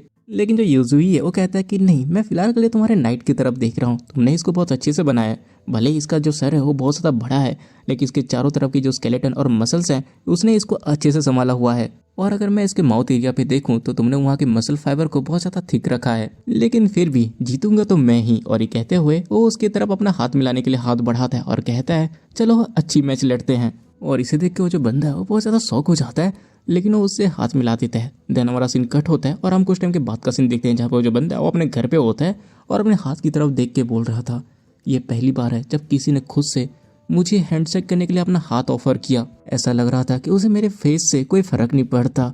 और वो बच्चा वो भी बहुत ज़्यादा क्यूट है। और इसे इतना खुश देख के उसका जो कॉर्पोनाइट है वो भी हंस रहा होता है। और तो वो जो बंदा है वो कहता है चलो उसे दिखाते हैं कि मैंने कैसी अल्टीमेट ब्यूटी क्रिएट की है। और उसके बाद तो पागलों की तरह हंसने लगता है, जहाँ पे हम देखते हैं उसके सामने बहुत सारे कटे हुए सर थे। और तभी हमें प्रीलिमिनरी राउंड के बारे में बताया जाता है कि जो वॉर ऑफ कॉर्प्सेस है वो 3 प्रीलिमिनरी राउंड से गुजरता है, जिसमें टोटल 1000 प्लेयर्स होते हैं, जिसको कि मेन राउंड के लिए एडवांस में सिलेक्ट किया जाता है। और उसके बाद हम यूजुई को देखते हैं जो कि कहता है ये जो राउंड है इसमें हमेशा रूल्स चेंज होते रहते हैं, इसीलिए पहले से प्रिपेयर होना बहुत ज्यादा हार्ड होता है। लेकिन पहली बार 2 जीत और पहली बार 2 हार ये बहुत ज्यादा आसान फॉर्मेट है। और ये और जो एलियोनोरा होती है वो पूछती है आखिर ये क्या है। और जो यूजुई है वो कहता है ये एक कम्युनिकेशन डिवाइस है जिसके अपीयरेंस को मैंने थोड़ा मॉडिफाई किया है, और अगर तुम इसको अपने कानों में पहनती हो तो हम 300 मीटर के अंदर एक दूसरे से कम्युनिकेट कर सकते हैं। और इसे इस तरह से डिजाइन किया गया है कि ये हर तरह के साउंड को अपने कांस्टेंट वॉल्यूम में सेट कर सकती है, तो इसको जो पहनता है वही बस इसे सुन सकता है। ये एक स्पेशल फीचर है जो कि रेजोनेंस मैजिक को यूज करता है ट्रांसमिट करने के लिए। और उसका जो एलियोनोरा होती है उसको पहनती है और धीरे से कहती है हे इडियट, क्या तुम मुझे सुन सकते हो। यूजुई है वो कहता है कि हाँ मैं तुमको सुन सकता हूँ, इसलिए कुछ अजीब चीज मत करना। इसे खरीदने के लिए मैंने अपनी आधे फर्नीचर्स और बहुत सारे मटेरियल्स को बेच दिए, तो इसे खोना मत। तो जो एलियोनोरा होती है वो पूछती है क्या तुमने नहीं कहा था कि नेक्रोमेंसी एक बहुत बड़ी चीज होती है, तो क्या वो लोग इन सब चीजों को चेक नहीं करेंगे। और ये सुनते ही यूजुई कहता है ये कंपटीशन नेक्रोमेंसर के इंडिविजुअलिटी को वैल्यू देता है, इसीलिए एक्सेसरीज नॉर्मली अलाउड होते हैं। हालांकि इस अरेना को ऐसे बनाया गया है कि इसके इनसाइड और बाहर एक मैजिक सर्कल बनाया गया है जो कि कम्युनिकेशन मैजिक को रोकती है, लेकिन हम लोग बाहर किसी के साथ कम्युनिकेट नहीं कर रहे। और ये सुनते ही जो एलियोनोरा होती है वो खुश होते हुए कहती है हाँ अब मुझे समझ में आया। और तभी जो यूजुई होता है वो कहता है तो चलो फिर स्टार्ट करें। और जो एलियोनोरा होती है वो भी एक क्रीपी सी स्माइल देती है। उसके बाद वो लोग एरेना की तरफ जाते हैं जहाँ पे जो यूजुई होता है उसको एक बंदा कहता है चलिए मैच को स्टार्ट करते हैं, इसीलिए आप स्टेज के ऊपर चढ़ जाइए। और ये सुनते जो यूजुई है वो लंबी सी सांस लेता है और धीरे धीरे स्टेज के ऊपर चढ़ता है। और वो देखता है कि उनकी मैच को देखने के लिए कोई भी ऑडियंस नहीं आई होती। और इसे देख के वो सोचा होता है जैसा कि मैंने एक्सपेक्ट किया था, प्रीलिमिनरी राउंड से कोई भी इसको देखने के लिए नहीं आया। और तभी उनका जो रेफरी होता है वो कहता है मैंने दोनों प्लेयर में से कंफर्मेशन ले ली है, तो फिर जो प्रीलिमिनरी राउंड का पहला मैच है वो स्टार्ट होता है। और उसके बाद वो अपने हाथ को ऊपर उठाता है और यहाँ पे यूजुई वो भी रेडी हो चुका था। और तभी जो रेफरी है वो अपने हाथ को नीचे करते हुए कहता है फाइट करो। और इतना सुनते ही जो यूजुई है वो चिल्लाते हुए कहता है एलियोनोरा चलो इस दुनिया को हमारी पावर दिखाते हैं। और इतना कहते ही जो एलियोनोरा होती है वो बहुत तेजी से दौड़ने लगती है, लेकिन हम देखते हैं जो एलियोनोरा होती है ना वो नीचे गिर जाती है। और इसे देखे जो यूजुई का ओपोनेंट है ना वो कुछ घंटा समझ नहीं पाता कि साला मैं किस नमूने से लड़ रहा हूँ। और तभी हम एलियोनोरा को देखते हैं जो कि यूजुई से कहती है मैंने तुमको कहा नहीं था थोड़ा स्लो आगे बढ़ना। और जो यूजुई है वो कहता है यहाँ पे मैं नहीं बल्कि तुम ही तेजी से आगे जा रही हो। और उसका जो एलियोनोरा होती है वो खड़े होते हुए कहती है हाँ ये कितनी ज़्यादा फ्रस्ट्रेटिंग है, मैं अपने स्टाइल से लड़ूंगी, तुम बस ठहरे रहना। और उसके बाद वो अपने एक ही पैर के दम से ही वो मेंढक वाले कॉप के पास जाने लगते हैं उसको मारने के लिए। और इसको देखते हुए जो मेंढक होता है वो जंप करके उसको डॉच कर लेता है। और इसे देख के जो एलियोनोरा होती है वो भी शौक होते हुए कहती है डैम इट, ये चीज़ इतनी ज़्यादा बड़ी है लेकिन इतना ऊपर जंप कर रही है। और तभी जो यूजुई है वो एलियोनोरा से कहता है याद करो मैंने तुमसे क्या कहा था, अगर हमें यहाँ पे जीतना है तो ओपोनेंट के जो हार्ट है जो कि एक रेड चमकते हुए बॉल जैसी दिख रही है उसके ऊपर हमला करो, और उसके साथ ही साथ अपने हार्ट को भी प्रोटेक्ट करो। हमारे पास strong one height close combat attack है लेकिन बहुत ही कम डिफेंस ऑप्शंस, इसलिए हमें पहले ओपोनेंट के अटैक करने के पैटर्न को समझना होगा ताकि हम उसके ऊपर हमला। लेकिन तभी जो एलियोनोरा होती है वो कहती है कि नहीं, इसे हमारे ओपोनेंट को अपने आप को स्ट्रेंथ बढ़ाने के लिए टाइम मिल जाएगा। और वैसे भी हमारे पास बहुत ही बड़ी डिसएडवांटेज है क्योंकि हम अच्छी तरह से दौड़ भी नहीं सकते, इसीलिए हमें डिस्टेंस को कम करना होगा। और ये कहते ही सीधे वो उसके पास जाने लगती है, लेकिन वो जो मेंढक है ना उसको देखते ही जंप करके वहां से निकल जाता है। और इसे देख के जो एलियोनोरा होती है वो भी शौक हो जाती है। और तभी जो यूजुई है वो ये सब देख के सोच रहा था डैम इट, इस लड़की का तो मेरे साथ कोऑर्डिनेट करने का कोई भी प्लान नहीं है, उसके पास बस एक ही हाथ और पैर है जो काम कर रहे हैं और उसी के सहारे ये उसके पास जाने की कोशिश कर रही है जिससे उसके जो अटैक है वो प्रेडिक्टेबल बन जा रहे हैं। और उससे ज़्यादा इंपॉर्टेंट बात तो ये है कि आखिरकार ओपोनेंट का जो नाइट है उसके अटैक करने का टेक्निक है क्या, वो हमेशा भाग क्यों रहा है। लेकिन तभी वो कुछ दिखता है और वो शौक हो जाता है। हम देखते हैं वो जो मेंढक है उसके पीठ में बहुत सारे ब्लैक कलर की कोई चीज़ बाहर आ रही थी, और इसे देख के वो बहुत ज्यादा कंफ्यूज हो जाता है कि आखिरकार ये है क्या। और तभी उसके जो ओपोनेंट है वो हंसते हुए कहते हैं, अच्छा तो तुम बस इतना ही कर सकते हो। कभी कभी जो स्ट्रॉन्ग प्लेयर्स होते हैं वो अनफेमिलियर फेस के पीछे छुपे हुए रहते हैं, इसलिए मैंने धीरे धीरे उसको ढूंढ निकाला, लेकिन देख के ऐसा लग रहा है कि ये बिल्कुल भी वर्थ इट नहीं था। इसीलिए चलो फिर इस मैच को मैं एंड कर ही देता हूँ, अब तुम चौंकने के लिए तैयार हो जाओ। और उसकी इतना कहते ही वो जो मेंढक है उसके पीठ से कोई चीज बाहर आने लगती है। हम देखते हैं वो इंसानी फेस होते हैं, और तभी वो जो बंदा है वो चिल्लाते हुए कहता है, ये देखो मेरी ब्यूटी जो मैंने क्रिएट किया है। और इसको देख के जो एलियोनोरा होती है वो भी कंफ्यूज होते हुए कहती है कि क्या फेस, मुझे तो लगा था कि फेस को कवर करना होता है। और तभी जो यूजुई है वो कहता है ये कोई नॉर्मल फेसेस नहीं है। और तभी वो जो बंदा है वो भी हंसते हुए कहता है, ये सारे चेहरे ये मेरी जिंदगी भर की रिसर्च और मेहनत है, जो मैंने हर एक छोटी छोटी चीज और डिटेल को देख के प्रॉपरली बनाया है, जो कि पूरी तरह से परफेक्ट है। मेरी अल्टीमेट ब्यूटी और ये ऐसे चेहरे हैं जो इस दुनिया में किसी के पास नहीं है, इसलिए इनको कवर करने की जरूरत भी नहीं। इसीलिए तुम इस ब्यूटी को देख लो इससे पहले कि ये फट जाए। हम देखते हैं वो जो फेसेस है उसके ऊपर प्रेशर पड़ने लगता है, और यूजुई जो होता है वो कहता है, जल्दी से उसको डॉज करो, ये फटने वाले हैं। और तभी वो जो मेंढक है उस फेस को एलियोनोरा की तरफ शूट कर देता है, जो कि सीधे एलियोनोरा के पास आता है और वहाँ पे ब्लास्ट हो जाता है। और जैसे ही वहाँ पे धुआं हटता है हम एलियोनोरा को देखते हैं, जो कि बच चुकी थी, लेकिन इस ब्लास्ट की वजह से उसका एक हाथ जा चुका था। और तो जो यूजुई है वो पूछता है, क्या तुम ठीक हो? और जो एलियोनोरा होती है वो कहती है, क्या तुमने इसे ब्लॉक किया? और ये सुनते ही यूजुई कहता है कि हाँ, मैंने एक हाथ को सेक्रीफाइस कर दिया, अगर तुमने ये दोबारा किया तो चीज़ें और भी ज़्यादा क्रिटिकल हो सकती हैं। और तो ये एलियोनोरा उससे पूछती है, उसका फेस हिल रहा था, क्या वो उसे भी कंट्रोल कर सकता है? लेकिन जो यूजुई है वो कहता है कि नहीं, एक बार कॉर्प नाइट के बॉडी से कोई पार्ट अलग हो जाए तो वो उसको कंट्रोल नहीं कर सकता, लेकिन हाँ वो जो पार्ट है वो कुछ मिली सेकेंड्स के लिए जिंदा रहता है, और इसीलिए वो जो बॉम्ब है वो हमेशा सीधी लाइन पे ही जाएगा। और उस एक्सप्लोसिव को देख के ऐसा लग रहा है कि वो पॉइजनियस एम्फीबियन के डिकम्पोजन एंजाइम को मिला के बनाया गया है, और इस तरह की चीजें सडन इम्पैक्ट में ही ब्लास्ट कर जाती हैं। और ये सुनते ही एलियोनोरा होती है वो कहती है, इसका मतलब ये है। और इतना वो कह ही रही थी कि तभी वो जो मेंढक है वो दोबारा से एक और फेस उसकी तरफ शूट करता है, जिसको कि एलियोनोरा डॉज करते हुए कहती है, इसका मतलब हमें बस इन्हें डॉज करना है। सच में ये बहुत ज्यादा इंटरेस्टिंग है, बहुत टाइम के बाद मुझे इस तरह का थ्रिल महसूस हो रहा है, इसलिए चलो आप प्रॉपरली फाइट करते हैं। और इतना वो कह ही रही थी कि तभी वहाँ पे ना एक और फेस आता है उसके पास, और वहाँ पे ब्लास्ट हो जाता है, लेकिन वो उसको भी डॉज कर लेती है। और इन सब चीजों को देख के वो जो एनिमी था वो बहुत जोर जोर से हंस रहा होता है और कहता है, एक ऐसा नाइट जो कि अच्छी तरह से चल भी नहीं सकता, तो तुम क्या सोच रहे हो, कब तक तुम मेरे साथ ऐसे लड़ पाओगे? तुम्हें तो खुश होना चाहिए क्योंकि मेरी ब्यूटी के हाथों तुम्हारी कॉप का एंड होगा, इसीलिए। और इतना वो कहता ही है कि तभी वो जो मेंढक है ना वो आसमान में जंप करता है और बहुत सारे वो ह्यूमन फेस वाले बम एलियोनोरा की तरफ फेंकता है, जिससे जो एलियोनोरा होती है वो भागते हुए डॉज कर रही थी। लेकिन तभी एक बम सीधे एलियोनोरा के मुंह के पास आता है, और इसे देख के जो यूजुई है वो भी बहुत ज्यादा शौक हो जाता है, लेकिन एंड मौके पे वो ना एलियोनोरा को दूर ढकेल देता है, जिससे जो एलियोनोरा होती है उससे भी बच जाती है। और तभी जो यूजुई है वो एलियोनोरा से कहता है, अगर तुम प्रॉपरली नहीं भागी तो हम यहाँ पे हार जाएंगे। मैं तब से ये एनालाइज कर रहा हूँ कि आखिरकार ऐसी कौन सी चीज़ है जिससे हमारा कोऑर्डिनेशन नहीं हो पा रहा, और मुझे पता चला कि सबसे बड़ी प्रॉब्लम यह है कि हम एक दूसरे के ऊपर अच्छे से भरोसा नहीं करते। तुम्हारे लिए तुम्हारा जो राइट लेग है वो सबसे ज़्यादा स्ट्रॉन्ग पार्ट है, लेकिन वो इस तरह से है कि जैसे है ही नहीं। तुम्हारे लिए नेचुरल है कि तुम उस साइड पे झुक जाओगी, और इसी वजह से तुम अच्छे से बैलेंस नहीं कर पा रही। इसीलिए अगर हमें यहाँ पे जीतना है तो तुम्हें मेरे ऊपर भरोसा करना होगा, और तुम अपने राइट पैर को मुझ पे छोड़ दो, तुम्हें उसमें ध्यान देने की जरूरत नहीं है। तुम जैसे चलती हो वैसे ही चलो, बस जो राइट पैर है उसको मुझ पे छोड़ दो, मेरे पे ट्रस्ट करो। लेकिन इतना सुनते ही जो एलियोनोरा होती है वो कहती है, तुम पे भरोसा करूं? आखिर मैं तुम पे क्यों भरोसा करूं? यहाँ पे तो लड़ाई मैं लड़ रही हूँ ना, तुम्हें क्या है? तुम तो वहाँ पे आराम से बैठ के अपनी उंगलियां हिला रहे हो। और रही बात मेरी, तो मैं उन साथियों पे भरोसा नहीं करती जो मेरे साथ बैटलफील्ड में अपनी जान की बाजी ना लगा रहे हो। और ये सुनते ही जो यूजुई है वो पूरा चुप हो जाता है, और तभी हम बैटलफील्ड की तरफ देखते हैं जहाँ पे उस मेंढक के बम की वजह से जो एलियोनोरा होती है वो पीछे हट जाती है, लेकिन वो अपने आप को संभाल लेती है। और तभी जो यूजुई है वो कहता है, ये मेरा भी एक आखिरी चांस है। कचरे के ढेर में पैदा हुआ इंसान, हमेशा सब लोग मुझे ये कहते हुए हंसते हैं। मैंने अपनी पूरी जिंदगी एक कचरे के बेटे के नाम से जी है, और मेरा सो कॉल्ड बाप, मैंने उसको हमेशा नीची नजरों से देखा है। मैं अपनी पूरी लाइफ लोगों से इग्नोर होता रहा, हर कोई मुझे घिन भरी नज़रों से देखता है, मेरे बॉडी का हर एक पार्ट एक कचरे की तरह है। हम देखते हैं कि उसके सामने उसके अंदर की नेगेटिविटी होती है, जो कि उसको देख के हंस रही थी। और जो यूजुई है वो कहता है, मैं इस तरह से हमेशा नहीं रह सकता, मुझे अपने आप को प्रूव करना है, मुझे उस इंसान को देखना है जिसने मुझे ऐसे कचरे पे छोड़ दिया, मुझे पूरे दुनिया को साबित करना है कि वो जो सोचते हैं मैं वो नहीं हूँ, नहीं तो मेरे पास जीने का कोई मकसद नहीं है। और ये सब कहते हुए वो अपने हाथ को इतने जोर से बंद करता है कि उसमें भी खून आ जाता है। और जो यूजुई है वो कहता है तुमसे मिलना, मैंने अपने लाइफ को एक आखिरी चांस दिया है, मैं तुमसे नहीं कह रहा कि मेरे ऊपर भरोसा करो, लेकिन एक बार, बस एक बार मेरी बातें मान लो एलियोनोरा।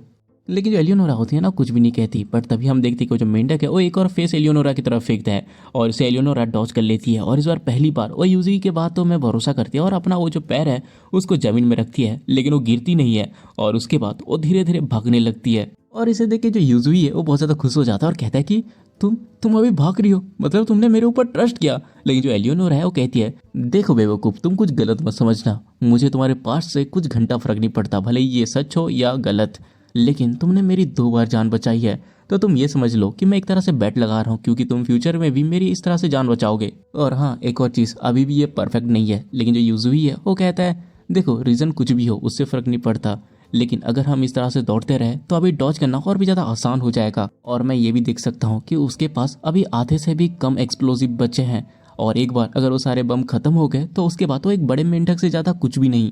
और हम देखते हैं उसका तो जो मेंढक है एक एक करके उसके ऊपर हमला करने लगता है, लेकिन वो लोग इसे बहुत ही ज़्यादा आसानी से डॉज कर रहे थे। और इसको देख के और जो एनिमी होता है ना उसके फेस पे पसीना आ चुका था, और जो यहाँ पे यूज हुई है वो गिन रहा था 6 बम बचे हैं, अब 3 बम, अब 2 बम और अब 1।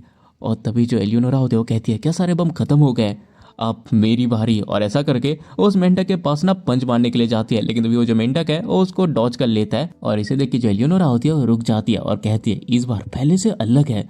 लेकिन तभी वो पंच मारने के लिए ऊपर देखती है, लेकिन वो देखते ही शॉक हो जाते हैं क्योंकि उस मेंढक की पीठ पे और भी ज्यादा बम आ चुके थे। और इसे देख के वो जो एनिमी है वो चिल्लाते हुए कहता है लगता है तुम लोगों ने मुझे हल्के में ले लिया था, मुझे लगा ही था ऐसा ही कुछ हो सकता है, इसलिए मैंने 10 बम एक्स्ट्रा उसके बॉडी के अंदर छिपा के रखे थे।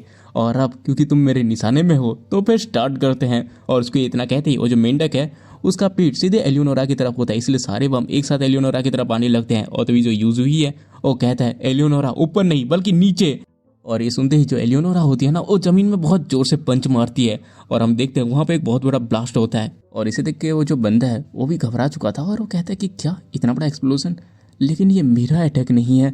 और तभी वो जो देखता है उससे पूरा शौक हो जाता है, ये एक्सप्लोजन एलियोनोरा के पंच से हुआ था, जहाँ पे उसके पंच की वजह से जमीन में बहुत बड़ा गड्ढा हो चुका था। और वो कहती है हाँ ये तो बहुत ज़्यादा एफिशिएंट जजमेंट था। और तभी जो यूजुई है वो कहता है तुम्हारे इस डिस्ट्रक्टिव पावर के साथ अगर तुम ऊपर पंच करती तो मुझे लगा कि तुम बॉम्ब्स को ट्रिगर कर दोगी, इसलिए मैंने इसको ज़मीन में मारने को बोला, जिसकी वजह से ज़्यादातर इम्पैक्ट ज़मीन में ले लिया और हम बच गए। हालांकि मुझे पता है कि एक गैम्बल की तरह था, लेकिन फिर भी मुझे अभी तक तुम्हारी एबिलिटी के बारे में सब कुछ नहीं पता। और तभी जो एलियोनोरा है वो कहती है तुम सही कह रहे हो, लेकिन तुम्हें तो पता है ना इस टेक्निक के बारे में। और तभी हमें कुछ घंटों पहले का सीन दिखाया जाता है जहाँ पे जो यूजुई है वो उससे कह रहा था कि क्या बस इसको हम एक बार यूज कर सकते हैं। और तभी जो एलियोनोरा होती है वो कहते हैं कि हाँ ये जो टेक्निक है ये मेरे सारे पावर को एक हाथ में इकट्ठा करती है, और इसको यूज करने के बाद मेरा हाथ कुछ इस तरह से ब्लैक हो जाता है और इसको वापस से नॉर्मल होने के लिए 4 घंटे लगते हैं। और ये सुनते ही जो यूजुई है वो कहता है क्या बस 4 घंटे में एक बार, मतलब तुम इसको हर मैच में एक बार यूज कर सकती हो, इसका मतलब। और वो कुछ सोचने लगता है, देन उससे पूछता है अगर तुम इसी हालत में उस अटैक को दोबारा करो तब क्या होगा। और तभी वो कहती है एक बार मैंने इसको 2 बार यूज़ किया था, तब तो तुम्हें पता है ना मेरी लाश की हालत क्या थी। और ये सुनते ही जो यूजुई है वो कहता है कि हाँ तुम्हारा एक हाथ और एक पैर गायब था और तुम्हारे दिल के करीब एक बहुत बड़ा छेद था, इसका मतलब। और तभी एलियोनोरा कहती है तुमने सही कहा, अगर मैं इसको 2 बार यूज़ करूँगी तो मेरी बॉडी इसको हैंडल नहीं कर सकती, मतलब मेरा हार्ट एक्सप्लोड हो जाएगा और मैं मर जाऊंगी। और उसके बाद हम प्रेजेंट में आते हैं जहाँ पे जो यूजी है ये सब याद करने के बाद कहता है कि हाँ तूने सही कहा, वो टेक्निक बस हम एक बार यूज़ कर सकते हैं, लेकिन अभी हमारे पास यूज़ करने के लिए कोई भी टेक्निक नहीं बची। और दूसरे साइड पे भी ये सेम केस है। और ये सुनते ही जो एलियोनोरा होती है वो कहती है तब फिर अब होगी ना असली लड़ाई, तो वॉरियर्स के बीच में क्लोज कॉम्बैट। और वो धीरे धीरे उस मेंढक के पास आती है जहाँ पे वो जो मेंढक है ना उसको भी पसीना आ रहा था। और तभी हम देखते हैं किसी का जो हार्ट है वो टूट जाता है, और हमें पता चलता है कि जो एलियोनोर है उसने एक ही बार में उस मेंढक के हार्ट को तोड़ दिया था, जिससे वो मेंढक वहाँ पे मर जाता है। और तभी जो रेफरी है वो कहता है नाइट का हार्ट टूट चुका है, इसीलिए इस मैच का विनर है प्लेयर यूजुई। और ये सुनते ही जो यूजुई है वो चिल्लाते हुए कहता है यस हम लोग जीत गए। और वो इतना ज्यादा खुश होता है कि वो बस एलियोनोरा की तारीफें ही करते रहता है। बोलता है एलियोनोरा तुमने सच में बहुत ही अच्छा फाइट किया, तुम्हारी पावर सच में बहुत ही ज्यादा तगड़ी है, शॉर्ट रेंज के फाइट में तुम्हारा मुकाबला कोई भी नहीं कर सकता। और ये सुन के जो एलियोनोरा होती है ना वो भी कहती है कि हाँ ठीक है तुम्हारे पास भी थोड़े अच्छे खासे मूव्स थे। और उसका जो यूजुई है वो वहाँ से जाने लगता है, लेकिन तभी उसको पीछे से किसी के रोने की आवाज़ आती है। कोई कह रहा था ये तो परफेक्ट था। और उसके बाद वो जैसे पीछे पलटता है वो देखता है कि उसका जो ओपोनेंट है वो रोते हुए कह रहा था मैंने इसको इतना ज़्यादा ब्यूटीफुल बनाया था, मैंने एक परफेक्ट ब्यूटी बनाई थी। और ये सब कह के वो रो रहा था। लेकिन इसको देख के जो यूजुई है वो उसके पास जाते हुए कहता है सच में ये बहुत ही ज़्यादा अच्छी फाइट थी। ये सुन के वो जो बंदा है वो शौक हो जाता है और पीछे पलट के देखता है और कहता है कि क्या सच में तुम्हें सच में लगा कि मैंने जो नाइट बनाया था वो मैग्निफिसेंट था। और जो यूजुई है वो कहता है कि हाँ तुम्हारा जो नाइट है वो सच में बहुत ज़्यादा ब्यूटीफुल था, तुम्हारे यहाँ पे एफर्ट्स मुझे दिखाई दे रहे थे, हालांकि मैंने थोड़ा ज़्यादा एफर्ट किया था इसीलिए मैं जीत गया। और ये सुनकर वो जो बंदा है वो शौक हो जाता है और कहता है ये मेरा पहली बार है जब किसी ने ये कहा है कि मैंने जो बनाया वो बहुत ज़्यादा ब्यूटीफुल है, तुमने सच में इसको रिकग्नाइज़ किया। और जो यूजुई है वो कहता है कि हालांकि एक चीज़ उसमें कम है। और ये सुनते हुए जो बंदा है वो थोड़ा कंफ्यूज हो जाता है। और तभी जो यूजुई है वो कहता है जो फेस तुमने बनाया था वो तुमने दूसरों के नज़रिए से ब्यूटीफुल बनाया था, लेकिन कभी तुमने ये सोचा कि आखिरकार तुम किस चीज़ को ब्यूटीफुल मानते हो। इसलिए मैं ये कहना चाहता हूँ कि तुम दूसरों का छोड़ो ना, क्या ये चीज़ अच्छी नहीं होगी दुनिया को दिखाना कि आखिरकार तुम्हारी तरफ से कौन सी चीज़ बहुत ज़्यादा खूबसूरत है, तुम्हें ये दुनिया को दिखाना चाहिए, ना कि दुनिया के ब्यूटी स्टैंडर्ड के हिसाब से खुद को बदलना चाहिए। और ये सुनते हुए जो बंदा है वो कहता है कि क्या मुझे अपने नज़रिए से करना चाहिए। देन वो थोड़ी देर तक सोच में पड़ जाता है और बहुत ज़्यादा खुश होते हुए कहता है अरे ये तो बहुत अच्छा आइडिया है, मैंने आज तक कभी इसको इस तरह से क्यों नहीं सोचा। वैसे यूजुई क्या मैं तुमसे एक चीज़ पूछ सकता हूँ। और जो यूजुई है वो कहता है कि हाँ। और तभी वो बंदा कहता है यूजुई मैं तुम्हारा सबसे पहला फैन बनना चाहता हूँ जो कि तुमको ना ऊपर उड़ते हुए देखना चाहता है, क्या तुम ये मुझे करने दोगे। और ये सुन के तो जो यूजुई है वो तो अंदर से पूरा शौकी हो गया था। और तो वो जो बंदा है वो भी हंसते हुए कहता है और इसके अलावा मैं भी और भी ज़्यादा परफेक्ट और ब्यूटीफुल नाइट बनाऊंगा जिससे पूरी दुनिया सरप्राइज हो जाएगी। और ये सब कह के वो पागलों की तरह हंसने लगता है। और उसके बाद हमारा सीन कट होता है और हम यूजुई के घर को देखते हैं जहाँ पे जो एलियोनोरा होती है वो कहती है कि क्या एली। और जो यूजुई है वो कहता है कि हाँ एली, तुम्हारा नाम एलियोनोरा कुछ ज़्यादा ही बड़ा है और इसको बोलने में बहुत ज़्यादा प्रॉब्लम होती है, इसलिए मैंने सोचा क्यों ना इसे छोटा कर दिया जाए, इसलिए मैं कहूँगा तुम्हें एली। लेकिन जो एलियोनोरा होती है ना गुस्से से चिल्लाते हुए कहती है ये सब बकवास करना बंद करो, क्या मैं तुम्हारी कोई दोस्त हूँ या कोई और जो तुम मुझे इस तरह से पुकारने वाले हो, आज तक मुझे किसी ने इस तरह से नहीं पुकारा। लेकिन उसको इस तरह से गुस्सा देके जो यूजुई है वो कहता है देखो गुस्सा मत करो, जरा तुम एक सिचुएशन के बारे में सोचो, हम एक ऐसी लड़ाई लड़ते हैं जहाँ पे ना हर एक सेकंड मैटर करता है, तो खुद ही सुनो। और उसका तो चिल्ला के कहता है एलियोनोरा, और उसका तो प्यार से कहता है एली। और सुन के जो एलियोनोरा होती है वो चुप हो जाती है। और तभी जो यूजुई है वो कहता है देखा मैंने कहा था ना, इससे हमारा टाइम बहुत बचेगा, और वैसे भी तुम्हारे लिए तो जितना मैटर करता है ना, तो निकनेम हो या ना हो उससे क्या फर्क पड़ता है। और ये सुनते ही जो एलियोनोरा होती है वो कहते हैं कि ठीक है तुम मुझे बस ये कह के तब बुलाओगे जब हम लड़ रहे होंगे, समझ गए। और हाँ एक और चीज़, अब से एलियोनोरा को मैं भी एली कहूँगा तो तुम लोग कंफ्यूज मत होना, ओके, क्योंकि मेरी भी फटी हुई थी इस लंबे नाम से यार, प्रोनाउंस नहीं हो पा रहा था मुँह से हमेशा। और उसका जो एली है वो पूछती है तो बताओ अगली फाइट का शेड्यूल क्या है। और जो यूजुई है वो कहता है कि अगले हफ्ते का, हमें अपने कॉप्स को ठीक करने के लिए एक हफ्ते का टाइम दिया गया है, लेकिन मेन प्रॉब्लम तो है कि हमारा रैंडम मैच होगा। और ये सुनते ही जो एली है वो कहती है आखिर रैंडम मैच में प्रॉब्लम क्या है। और तभी जो यूजुई है वो अपने सीने में लगे हुए स्केलेटन को दिखा के कहता है ये स्कल को अच्छे से देखो, ये स्कल एक आईडी कार्ड की तरह है जो कि ये प्रूव करता है कि तुम एक नेक्रोमेंसर हो, इसलिए इसको हमेशा पहन के रखना होता है। और प्रीवियस मैच के रिजल्ट के तौर पे सबको डिफरेंट शेप और कलर का स्कल दिया जाता है। अभी हमारे पास जो स्कल है और रैंक 7 का ब्लैक स्कल है, और ये सबसे ज़्यादा लोएस्ट रैंक का स्कल है। और उसके बाद हमें इस स्कल के रैंक और कलर के बारे में बताया जाता है, जैसे कि 6ठे नंबर पे होता है ब्रोंज स्कल, जो कि इस प्रीलिमिनरी राउंड को 2 बार जीतने के बाद मिलता है। देन 5th नंबर पे आता है सिल्वर स्कल, जो कि फर्स्ट 1000 लोगों में से 301 नंबर के लोगों के बीच में जो आते हैं उनको मिलता है। देन आता है रैंक 4 में गोल्ड स्कल, जो कि 300 में टॉप 101 के बीच में जो आता है उसको मिलता है। देन आता है रैंक 3 पे डायमंड स्कल, जो कि टॉप 100 में से टॉप 36 के अंदर जो आता है उसे मिलता है। देन आता है रैंक 2 पे एमरल्ड स्कल, जो कि टॉप 35 से 11th प्लेस में जो आता है उसको मिलता है। और उसके बाद आता है रूबी स्कल, जो कि टॉप 10 में से 2nd प्लेस के भीतर आता है, उसे मिलता है। और उसके बाद सबसे ज़्यादा टॉप पे है उसे कहते हैं ओनिक्स स्कल, जो कि चैंपियन को मिलता है। और ये सारे स्कल अलग अलग शेप और कलर के होते हैं। तभी जो एली है वो कहती है अगर हम पिछले टूर्नामेंट के बेस पे कहें तो जितना ज़्यादा हायर रैंक होगा उतना ही ज़्यादा स्ट्रॉन्ग ओपोनेंट का हमें सामना करना होगा। और जो यूजुई है वो कहता है कि हाँ, लेकिन क्योंकि ये एक रैंडम मैच है, एक ब्रोंज रैंक का शायद डायमंड के साथ फाइट करेगा, और अगर हम कुछ ज़्यादा ही अनलकी हुए तो हमारी फाइट शायद एमरल्ड वाले से हो, ये सुनते ही जो एली है वो कहती है मेरी जो मूवमेंट है वो अभी तक परफेक्ट नहीं हुई है, इसलिए अगर इतनी ज़्यादा स्ट्रॉन्ग पर्सन से हमारी लड़ाई हुई तो ये बहुत ज़्यादा परेशानी खड़ी कर सकता है। और फिर जो यूजुई है वो कहता है चलो फिर देखते हैं कि आखिरकार हमारा ओपोनेंट है कौन। और उसके बाद वो एक लिफाफा खोलता है जिसके अंदर उसका ओपोनेंट के बारे में लिखा था, और वो उसको जैसे ही खुलता है वो पूरा शॉक हो जाता है। और तभी हमारा सीन कट होता है और हम एक बंदे को देखते हैं जो कि यूजुई का नाम लेता है। और जहाँ तक मुझे लग रहा है ये यूजुई का ही ओपोनेंट है जिसको उसका भी कार्ड मिल गया था जिसके अंदर उसको यूजुई का नाम मिला। और वो अपने असिस्टेंट से पूछता है यूजुई ये मेरा नेक्स्ट ओपोनेंट है, तो आखिर ये है कौन। और ये सुनते ही वो लड़की कहती है क्योंकि इसके बारे में कोई भी इन्फॉर्मेशन नहीं है, इसलिए मेरा मानना है कि शायद ये इस बंदे का पहला कंपटीशन है। और ये सुनते ही वो बंदा कहता है अच्छा ऐसी बात है, और वो एक स्माइल करता है और कहता है इसका मतलब ये राउंड एक बच्चों का खेल है। और तभी हमें उसका रैंक दिखाया जाता है जहाँ पे ये बंदा रूबी स्कल के रैंक पे था। देन हमारा सीन कट होता है और हम देखते हैं उसी बंदे को जो कि एक एरेना में खड़ा होता है जहाँ पे हजारों लोग उसका नाम चिल्ला रहे थे, उसकी तारीफें कर रहे थे और लोग उसके बारे में बात कर रहे थे। देखो ये जो जीता हुआ प्लेयर है ये राल है, वही कभी ना टूटने वाली दीवार। इतनी ज्यादा जबरदस्त और लंबी फाइट के बाद आखिरकार प्लेयर राल जीत ही गया। हमें तो भरोसा ही नहीं हो रहा कि ये कैसे जीत गया, ये लगातार 2 बार जीत चुका है राल राल। और ऐसा कह के ना हर कोई बस उसके नाम के नारे लगा रहा था। हम देखते हैं यहाँ पे राल के पास ओनिक्स स्कल भी होता है, लेकिन हमें पता चलता है कि ये बस राल का सपना था जहाँ पे वो अपने सपने से उठता है और खांसने लगता है और फिर चिल्ला के कहता है सोफी। और ये सुनते ही वहाँ पे उसके असिस्टेंट आते हैं जिसका नाम सोफी था। और तभी जो राल है उससे पूछता है इस महीने कितने मेरे फैंस के लेटर्स आए हैं। और सोफी वो कहती है टोटल फैंस के लेटर नंबर आपको डिलीवर कर दिया जा चुका है और वो है 1244।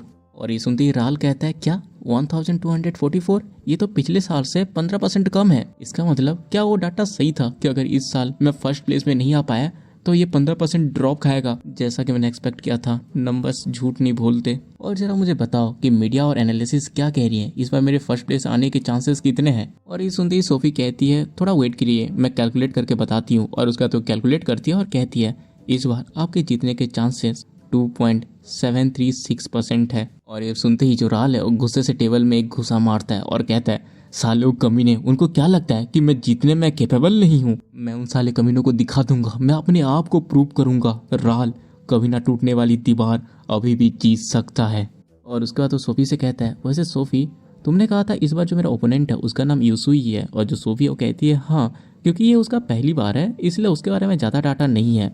और तभी जो राल है वो कहता है अगर मैं प्रीवियस डाटा के हिसाब से चलूं तो जो न्यू लोग हैं जो इस कंपटीशन में पार्टिसिपेट करते हैं उनका 99.74% चांसेस होता है कि वो मेरे जो टेक्निक्स हैं उनको इफेक्टिवली काउंटर नहीं कर सकते। और इसीलिए मेरे जीतने के चांसेस को इंक्रीज करने के लिए मुझे फिर से लोगों को दिखाना होगा कि आखिरकार मेरी ओवरवेलमिंग डिफेंस पावर है क्या। और उसके बाद कोई भी मेरी बातों का मना नहीं कर सकता। देन हमारा सीन कट होता है और हम यूजुई और एली को देखते हैं जहाँ पे जो यूजुई है वो एली को ठीक कर रहा था। और जो एली है वो कहती है कि क्या राल आखिरकार ये कैसा अजीब नाम है। और जो यूजुई है वो कहता है ये कोई ऐसा ओपोनेंट नहीं है जिसको हम इग्नोर कर सकते हैं। वो पिछले साल 10th प्लेस पे आया था और उससे पहले वो 2 बार ये कॉम्पिटिशन जीत चुका है। वो सच में एक स्किल्ड प्लेयर है। और इस वॉर ऑफ कॉर्प्सेस पे विनर और लूजर डिसाइड करने का बस 2 ही तरीका है। पहला जिसके बारे में तुम जानते ही हो, ओपोनेंट के नाइट के हार्ट को डिस्ट्रॉय कर देना। और दूसरा है पीछे हट जाना। और तभी एली कहती है पीछे हट जाना इसका मतलब सरेंडर करना। और जो यूजुई है वो कहता है कि हाँ लेकिन पीछे हटने का मतलब बस ये नहीं है कि सरेंडर हो जाना, इसका मतलब ये है कि पूरी जिंदगी के लिए वॉर ऑफ कॉर्प्सेस को छोड़ देना। और ये सुनते ही एली कहती है मैंने जितना सोचा था यह उससे ज़्यादा पागलपंती वाला स्पोर्ट्स है। ये बेसिकली ये कह रहा है कि जब तक दोनों में से एक मर नहीं जाता तब तक लड़ते रहो। और तभी यूजुई कहता है एक नाइट बस एक टूल होता है, लेकिन तुम्हारे लिए अगर तुम्हारा हार्ट डिस्ट्रॉय होता है मतलब। और तभी जो एली है वो कहती है मतलब मैं मर जाऊंगी और इस बार हमेशा के लिए। और ये सुन के जो यूजुई है वो थोड़ा सा सोचता है और उसे पूछता है तो तुम क्या करना चाहती हो। और जो एली वो कहती है आखिर तुम्हारा मतलब क्या है, क्या तुम मुझे ये सजेस्ट कर रहे हो कि हम पीछे हट जाएं, वो भी बस इसीलिए क्योंकि हमारा ओपोनेंट थोड़ा सा स्ट्रांग है। लगता है तुम मुझे कुछ ज़्यादा ही अंडर एस्टिमेट कर रहे हो। मैंने अपनी पूरी जिंदगी जंगल में दूसरों को मारते हुए गुजारी ताकि मैं अपने कर्ज को पे कर सकूं। और वैसे भी अगर मुझे जीना है तो मुझे उस बंदे को डिफीट तो करना ही होगा। और दोबारा अपने लाइफ को रिस्क में डालना, हाँ ये कुछ भी नहीं है। इसीलिए जब तक मैं परमिशन ना दूं तब तक पीछे मत हटना। और ये सुनते ही जो यूजुई है वो भी खुश होते हुए कहता है हाँ मैं भी अंदर से यही उम्मीद कर रहा था कि तुम यही कहोगी। तो वैसे भी ये भी मेरा लास्ट चांस है, इसलिए चलो प्रिपेयर करते हैं। शायद ये फाइट हम दोनों की आखिरी फाइट हो। और उसके बाद हमारा सीन कट होता है और हम अगले दिन का सीन देखते हैं एरेना की तरफ, जहाँ पे अंदर अनाउंस हो रहा होता है आज प्रीलिमिनरी राउंड का सेकंड राउंड स्टार्ट होने वाला है। और जो लोग हैं वो बहुत ज्यादा खुशी में चिल्ला रहे थे। और हम तभी वहाँ पे दो सफाई करने वालों को देखते हैं, जिसमें से एक कहता है आखिरकार इन लोगों को हुआ क्या है जो ये लोग इतने ज्यादा एक्साइटेड हैं। वैसे भी ये तो बस एक प्रीलिमिनरी राउंड है। और ये सुनते ही जो दूसरा बंदा है वो कहता है कि क्या तुम्हें नहीं पता कि राहल इस बार आ रहा है। और ये सुनते हुए बंदा कहता है कि क्या वो बंदा, मुझे याद है उसकी फाइट बहुत ज़्यादा इंटरेस्टिंग होती है। पुराने जो चैंपियंस हैं वो सच में अलग ही मिट्टी के बने होते हैं। लेकिन जो दूसरा बंदा होता है वो कहता है वो सब पास्ट था। वैसे ही पता चला है कि उसकी जो स्किल्स हैं वो नीचे गिर चुकी हैं, क्योंकि पिछली बार वो बहुत मुश्किल से 10th प्लेस में पहुंच पाया था। और मुझे तो लगता है कि लोग बस उसे और कुछ टाइम तक ही याद रखेंगे, उसके बाद भूल जाएंगे। और वैसे भी कहा जाता है कि एक बार अगर नेक्रोमेंसर की पावर नीचे गिरने लगी तो वो गिरती ही रहती है। और ये सब वो बात कर ही रहे होते हैं कि तभी वहाँ का दरवाजा बहुत जोर से खोलता है और वहाँ से राल एंट्री मारता है। और इसे देखते ही इन दोनों की बोलती बंद हो जाती है। और जो पहले वाला बनता है वो दूसरे से कहता है, हे आखिरकार तुमने ये सब क्यों कहा। और हम तो ये राल को देखते हैं, वो एरेना के पास जाता है और अपने हाथ को देख के बार बार अपने आप से कह रहा था, मैं कर सकता हूँ, मैं कर सकता हूँ, मैं कर सकता हूँ। और इतना कहते ही और जैसे ही एरेना के अंदर अपना पाँव रखता है वैसे ही सब लोग उसका नाम चिल्लाने रखते हैं। और इसे देख के जो एली है वो कहती है, अगर सोचा जाए ये बस एक प्रीलिमिनरी है, फिर भी इतने सारे लोग इसे देखने आए हैं। और जो यूजुई है वो कहता है, वो पहले एक चैंपियन था यार, तो लोग तो आएंगे ही। और तभी जो राल है वो कहता है, ताकत का असली मतलब अटैक नहीं है। और उसके इतना कहते ही लोग चिल्ला के कहते हैं, वो है डिफेंड करना। और तभी जो राल है वो कहता है, मैं हूँ। और ये सुनते ही ऑडियंस कहती है, एक गार्डियन। और तभी राल फिर से चिल्ला के कहता है, मैं हूँ। और जो ऑडियंस है वो चिल्ला के कहती है, एक सील्ड। और तभी जो राल है वो कहता है, मैं हूँ। और जो ऑडियंस है वो चिल्ला के कहती है, एक दीवार। और जो राल है वो कहता है, मेरा नाम याद रखो, मैं हूँ। और इतना कहते ही वो अपने कॉर्प नाइट को बुलाता है। हम देखते हैं वहीं पे एरेना पे एक बहुत ही ज़्यादा बड़ी दीवार आगे गिरती है और राल कहता है, मैं हूँ राल, कभी ना टूटने वाली दीवार।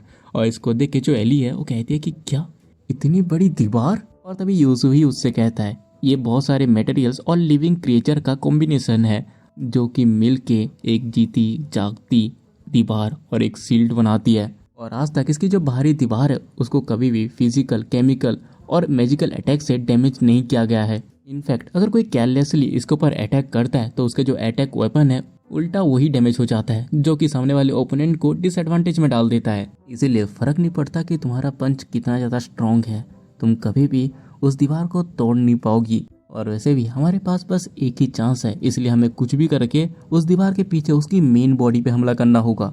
और ये सुनते ही जो एली है वो कहती है, फिर तो ये बहुत ज़्यादा आसान होना चाहिए, क्योंकि ये इतना ज़्यादा बड़ा है तो ये बहुत ज़्यादा स्लो होगा। लेकिन तभी जो यूजुई है उसे बताता है, नहीं, सबसे ज़्यादा डरावनी बात तो ये है कि ये जो दीवार है। और उसके इतना कहते ही हम देखते हैं राल का नाइट होता है ना, वो बहुत जोर से चिल्लाता है। और इसको देख के जो एली है वो भी शौक हो जाती है। हम देखते हैं कि जो राल का कॉप नाइट होता है वो सीधा एली के ऊपर ही गिरने लगता है। और इसे देख के जो यूजुई है वो कहता है, ये बहुत ज़्यादा डेंजरस है। और उसके तो एली के हाथ को कंट्रोल करके उसको बाहर की तरफ रस्सी की तरफ फेंकता है और जमीन को पकड़ के एली को वहाँ से बाहर निकाल लेता है और पूछता है, एली क्या तुम ठीक हो। और एली इस हाथ को देख के कहती है, हाँ ये अजीब हाथ सच में यूजफुल है, हालांकि मुझे अभी भी लैंडिंग करने में थोड़ी परेशानी हो रही है। और ये सुन के यूजुई कहता है, इसलिए मैंने कहा था कि ये हाथ नेसेसरी है, लेकिन क्योंकि ये बहुत ज़्यादा चीप मटेरियल से बना है इसीलिए इसकी जो परफॉर्मेंस है वो थोड़ा लैग करती है। लेकिन फिर भी ये एक बायो ग्रैपलिंग हुक है जो एक ही बार में 5 मीटर के दूर तक कहीं पे लेके जा सकती है। और वैसे भी अभी ये पीछे पलट चुका है, अब इसको सीधा होने में बहुत टाइम लगेगा, इसलिए अभी हमारा चांस है। और ये सुनते जो एली है वो कहते हैं कि हाँ मुझे पता है। उसके बाद तो अपने हाथ को वापस से खींचती है और सीधे उसकी तरफ फेंक देती है, जहाँ पे जो उसका हाथ है वो सीधे जाकर उस दीवार में लगता है। और उसका जो एली है वो बहुत तेजी से उसके पास ना अपना पंच रेडी करते हुए जाते हैं और कहती है, आप इतने बड़े साइज के साथ तुम्हें ठीक होने में बहुत ज़्यादा टाइम लगेगा, ये तुम्हारा अंत है।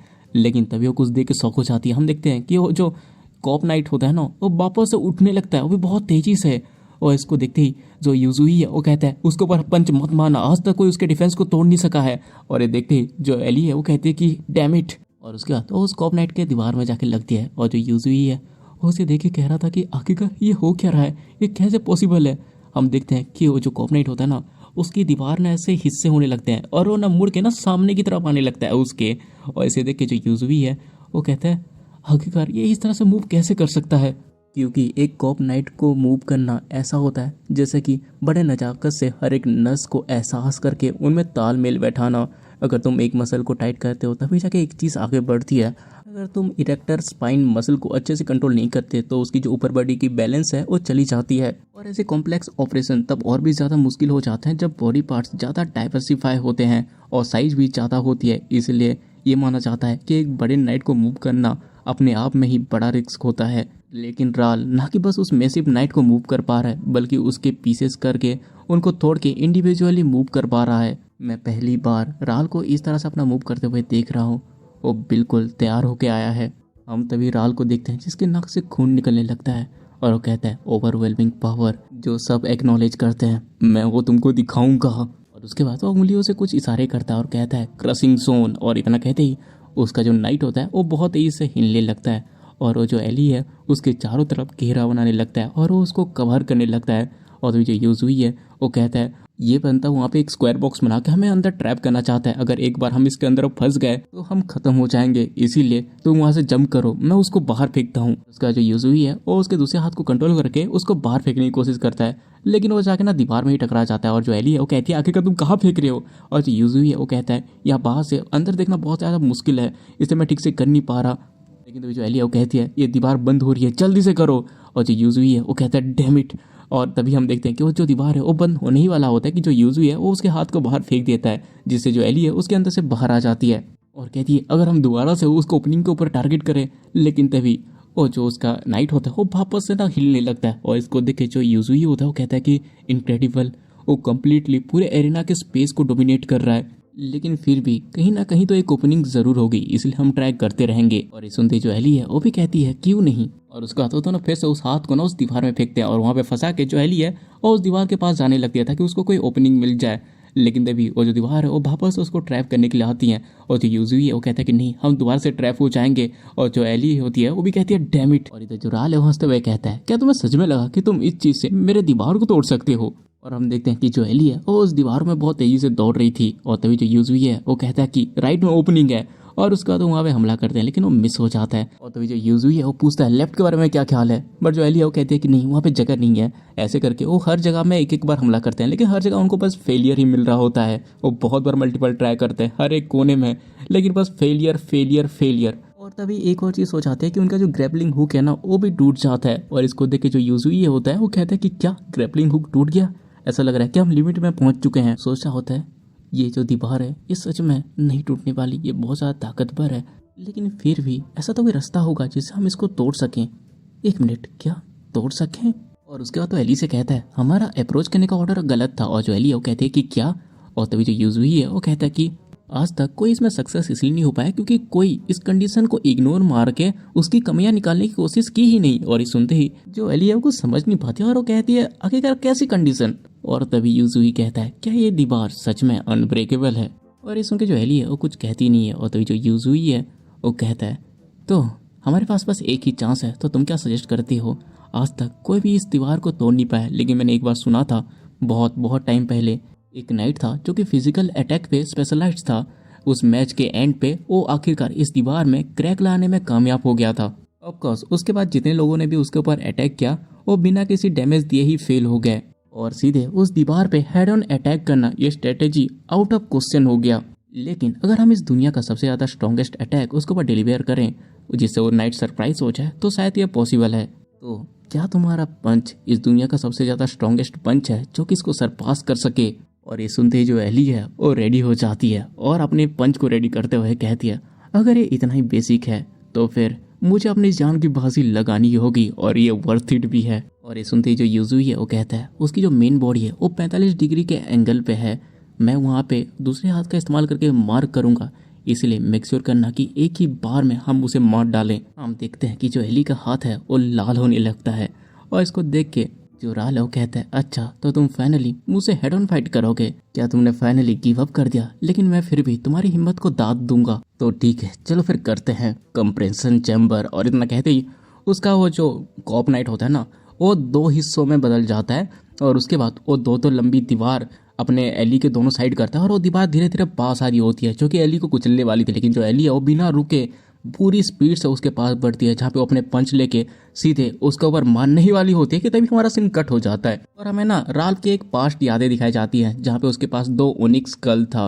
क्योंकि तुमको जैसे पता है कि वो 2 बार ये कॉम्पिटिशन जीत चुका है, इसलिए उसके पास 2 ओनिक्स स्कल हैं। और उसका जो राल है वो कह रहा था, नेक्रोपेंसी, इसमें मैंने अपना दिल, अपना सोल सब कुछ झोंक दिया और दुनिया ने इसको रिकग्नाइज भी किया, लेकिन अब मैं एक लूजर, एक फेलियर हूँ जिसके पास कुछ भी नहीं बचा, बस प्राइड को छोड़ के। सारे मीडिया और क्रिटिक्स इस बार में बात कर रहे हैं कि आखिरकार मैं इस बार कैसे फेल हो गया। और जहाँ तक मुझे लग रहा है ये उसके पिछले साल की यादें हैं, जहाँ पे वो बहुत मुश्किल से 10th प्लेस में पहुंचा था और वो इस बार जीत नहीं पाया था। और वो कह रहा था, क्या मेरा जो नामी दामी एरा था वो ख़त्म हो चुका है? क्या मुझे रिटायर होना चाहिए? तुम खुद ही बताओ सोफ़ी, क्या मुझे छोड़ देना चाहिए? नहीं नहीं, क्या ये मजाक है? बिल्कुल नहीं। बस एक बार मैं दोबारा से मेरी वो तारीफ सुनना चाहता हूँ। और ये सब वो कह ही रहा था कि तभी हम प्रेजेंट में आते हैं, जहाँ पे राल के आंखों के सामने उसी के नाइट के टुकड़े बिखर रहे थे। और वो जैसे ही देखता है, उसके नाइट के हार्ट में पूरा बड़ा सा छेद हो चुका था और उसको किसी और ने नहीं बल्कि एली ने किया था। और इसको देख के ये हक्का बक्का रह जाता है और यहाँ तक कि जो ऑडियंस है वो भी बहुत ज़्यादा शौक में होती है और वो कहते हैं कि क्या राल की दीवार टूट गई? तो जो यूजुई है वो कहता है, क्या मैं जीत गया? क्या मैं सच में फेमस राल के अगेंस्ट जीत गया? लेकिन तभी उसको ना तालियों की साउंड आती है और वो जैसे ही उस तरफ देखता है, वो देखता है कि सारी जो ऑडियंस है वो जोर जोर से ताली बजा रही थी और उसकी तारीफें कर रही थी। कोई कह रहा था, क्या इनक्रेडिबल फाइट थी, आखिरकार ये है कौन? और तभी दूसरा बंदा बोलता है, मुझे भी नहीं पता, ये तो पहली बार यहाँ पे आया है, इसलिए इसके बारे में किसी को नहीं पता। और हम यहाँ पे यूजुही को देखते हैं जो कि बहुत ही ज्यादा खुश होता है। देन हमारा सीन कट होता है और हम देखते हैं यूजुही को जो कि एली के सामने खड़ा होता है और वो कहता है, एलियोनोरा, क्या तुमने वो सब सुना? वो लोग हमारी तारीफ कर रहे थे, वो लोग कह रहे थे कि हम लोग ऑसम है। लेकिन जो एली है वो कहती है, देखो मुझे घंटा फर्क नहीं पड़ता कि बाकी लोग मेरे बारे में क्या कह रहे हैं, लेकिन सबसे बड़ी बात तो ये है कि मैंने तुम्हारे सामने अपने आप को प्रूव कर दिया कि मेरा मुक्का इस दुनिया में सबसे ज्यादा स्ट्रांग है, राइट? और ये सुनते ही जो यूजुई है वो कहता है, ऑफ कोर्स, हम दोनों ने ऐसी एक चीज कर दी जो आज तक किसी ने नहीं की थी। और ये दोनों यहाँ पे बात कर ही रहे होते हैं कि तभी कोई कहता है, तुम दोनों बहुत ज्यादा खुश लग रहे हो। और हमें पता चलता है ये राल था और वो कहता है, तुम्हें लग रहा होगा कि तुम बहुत ज़्यादा बेटर हो क्योंकि तुमने कुछ ऐसा कर दिया जो किसी ने नहीं किया। तुम ये भी सोच रहे होगे कि अब तुम बहुत ज़्यादा फेमस हो जाओगे, लेकिन मैं तुम्हें वार्निंग दे रहा हूँ, तुम केयरफुल रहना, क्योंकि जो पब्लिक है वो बहुत ज़्यादा एक्साइटेड होती है तुम्हारे मिस्टेक पर, ना कि तुम्हारे एफर्ट्स पर। पब्लिक हमेशा ज़्यादा इंटरेस्टेड तुम्हारे फेलियर्स पे होगी, ना कि तुम्हारे सक्सेस पे। तो क्या तुम सच में रेडी हो इन सब तारीफों के लिए? ये सुन के जो यूजुई है वो हंसते हुए कहता है, ऑफ कोर्स। और इसे सुन के जो राल है उसको अपनी याद आती है कि वो पहले कैसे हुआ करता था। वो पूरा यूजुई की तरह था, पूरा कॉन्फिडेंस से भरा हुआ। और ये सब देखने के बाद जो राल होता है वो वहाँ से जाते हुए कहता है, चलो देखते हैं तुम्हारा ये कॉन्फिडेंस कब तक रहता है। अगली बार जब हम मिलेंगे तब मैं तुम्हारे ऊपर इतना ज़्यादा आसान नहीं रहूँगा। और उसके बाद जो राल है वो वहाँ से चला जाता है और जो यूजुई है वो तो बस खड़े होकर उसको देख ही रहा था। देन हमारा सीन कट होता है और हम यूजुई के घर को देखते हैं, जहाँ पे जो यूजुई है वो पोटली भर के गोल्ड टेबल पे रखता है। और इसे देख के जो एली है वो कहती है, इन पैसों का करना क्या है? और तभी यूजुई बताता है, ये वो प्राइज मनी है जो हमने प्रीलिमिनरी राउंड को जीत के कमाया है। और जो एली है वो कहते हैं कि हाँ, क्योंकि तुम 2 बार जीते हो। और तभी जो यूजुई है वो कहता है, ये मेरी पहली कमाई है नेक्रोमेंसर बनने के बाद। और ये सुन के जो एली है वो कहती है, वाह, कितनी हार्ट टचिंग स्टोरी है, मुझे तो रोना आ रहा है। और वैसे भी क्योंकि कुछ प्लेयर अभी तक ऐसे बचे हुए हैं जिनको 3 और राउंड खेलना है, तो जो सेकंड प्रीलिमिनरी राउंड है वो 4 हफ्ते के बाद होगा। और वैसे भी हमारे कॉन्ट्रैक्ट के अकॉर्डिंग जो फर्स्ट प्राइज है उसी के ही हिस्से होंगे, तो ये पैसे लेके मजे करो। और वैसे भी पैसे को कैसे बहुत अच्छी तरीके से यूज करना ये ज़्यादा इंपॉर्टेंट है। और तभी यूजुई पूछता है, तो तुम क्या करोगी? और जो एली कहती है, मैं यहीं पे रहूंगी, तुम्हें क्या लगता है इस हालत में मैं कहाँ घूमूंगी? और ये सुनते ही जो यूजुई है वो कुछ सोचता है। देन एली से कहता है, तुम बस वेट करो, मैं अभी आता हूँ। और उसके बाद कुछ टाइम के बाद का हमें सीन दिखाया जाता है, जहाँ पे जो यूजुई है उसने एली के वो जो हाथ और पैर थे जो अलग वाले, उसको उखाड़ के अलग कर दिए होते हैं और उसको इंसानी हाथ पे लगा दिए होते हैं। और इसको देख जो एली है वो कहती है, आखिर ये क्या है, ये बॉडी? और जो यूजुई है वो कहता है, तुम्हें क्या लगता है ये क्या है? मैंने अपनी कोशिश की ताकि मैं तुम्हारी जैसे सिमिलर बॉडी पार्ट्स बना सकूं, हालांकि ये थोड़ा इतना बेटर नहीं है, लेकिन अभी इसे रख लो। और उसके बाद तो उसके पास ना एक बक्सा लेके जाता है और कहता है, मैंने आज से पहले कभी ऐसी चीजें नहीं खरीदी, तो मुझे नहीं पता ये तुम्हें सूट करेगी कि नहीं करेगी, लेकिन ये औरतों के कैजुअल कपड़े हैं। अगर तुम इसको पहनोगी और बाहर चलोगी तो किसी को पता नहीं चलेगा कि तुम एक कॉर्प नाइट हो, इसीलिए तुम इसको पहन लो और एक साथ चल के हम लोग कुछ पैसे स्पेंड करते हैं। और ये देखे जो एली है वो उसको अजीब सी नजरों से देख के कहती है, लेकिन क्यों? और जो यूजुई है वो बताता है देखो हमने साथ में पैसे कमाए हैं इसलिए नॉर्मल है कि हम साथ में इसको स्पेंड करेंगे। वैसे भी नेक्रोमेंसर सिटी में एंजॉय करने के लिए बहुत सारी चीजें हैं। और यूजुई को इस तरह से देख के जो एली है वो कहती है हाँ ये बहुत ज़्यादा सरप्राइजिंग है कि तुम कभी कभी क्यूट एक्ट करना भी जानते हो। ठीक है तुम बाहर जाओ। और जो यूजुई है वो कहता है लेकिन क्यों। और जो एली वो कहती है तुम क्या चाहते हो मैं तुम्हारे सामने कपड़े बदलूं। और ये सुन के जो यूजुई है वो कहता है कि अरे हाँ। और उसके बाद थोड़ी देर के बाद का सीन देखते हैं जहाँ पे जो यूजुई है वो कमरे के बाहर उसका वेट कर रहा था। और वेट करते करते वो बात कर रहा था वो सारी तारीफें क्या ये बहुत जल्दी ख़त्म हो जाएंगी।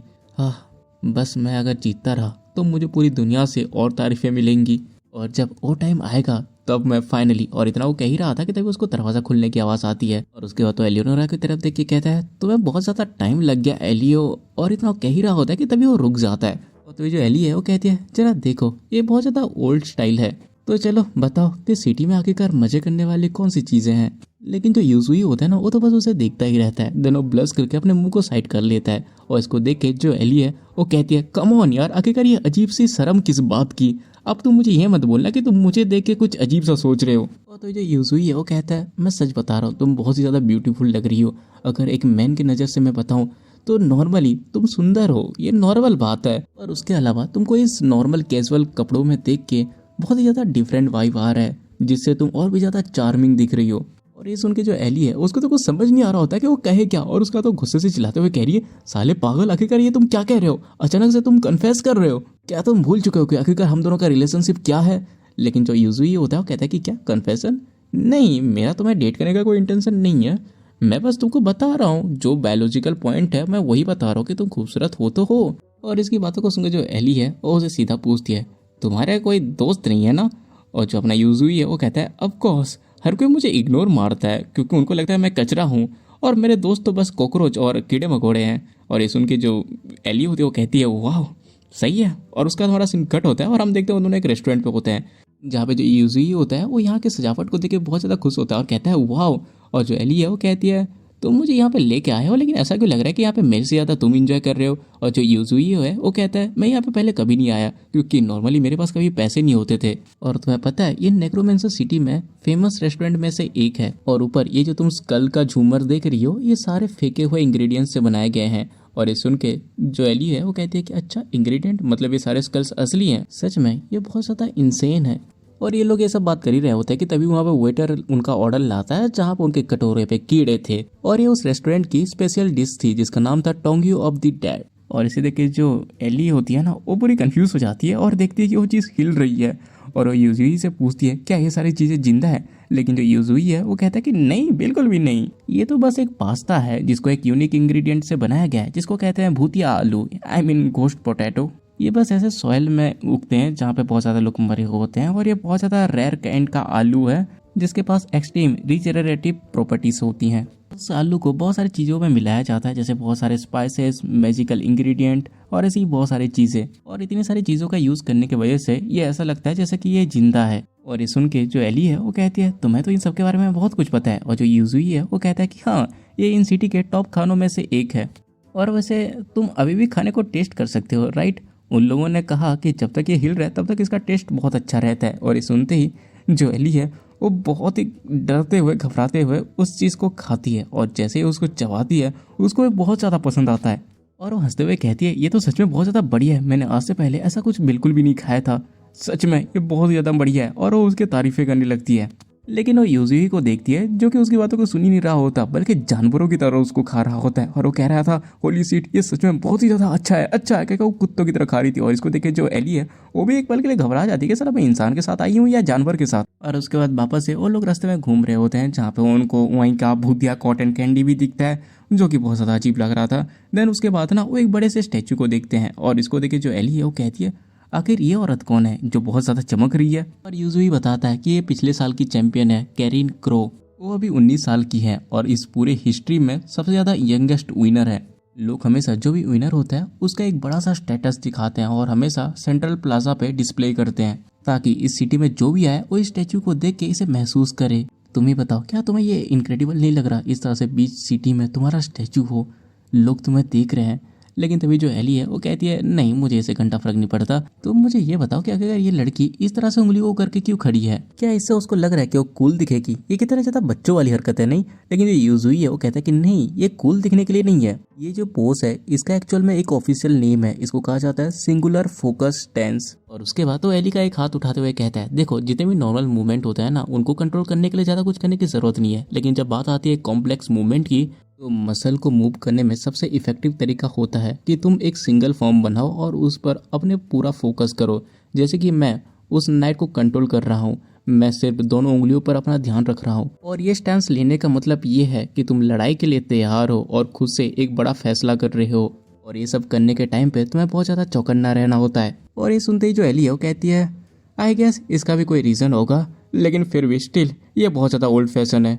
और उसके बाद हमारा सीन कट होता है और हम देखते हैं कि जो एली और यूजुई है वो ना लाइक जैसे कि हमारे यहाँ पे थिएटर होता है वैसे ही वहाँ पे कुछ वो नाटक वाटक देखने गए थे, जहाँ पे जो एली है उसको तो कुछ घंटा समझ नहीं आ रहा होता है, लेकिन वो देखती है कि जो यूजुई है वो तो बहुत ज़्यादा इंजॉय कर रहा है और ऊपर से वो वहाँ पे चिल्ला भी रहा होता है। और जो एली है वो कहती है क्या तुम चुपचाप रह के यहाँ पे नहीं देख सकते, क्या तुम्हारा ये पहली बार है? और जो यूजुई है वो कहता है कि हाँ, ये मेरा पहली बार है, मेरे पास इससे पहले ना दोस्त थे ना पैसे, तो मैं इस तरह की जगह कभी नहीं आया। लेकिन तुम देखो ना, ये जगह सच में बहुत ज़्यादा अमेजिंग है, मैंने सही कहा ना एलियोनोरा?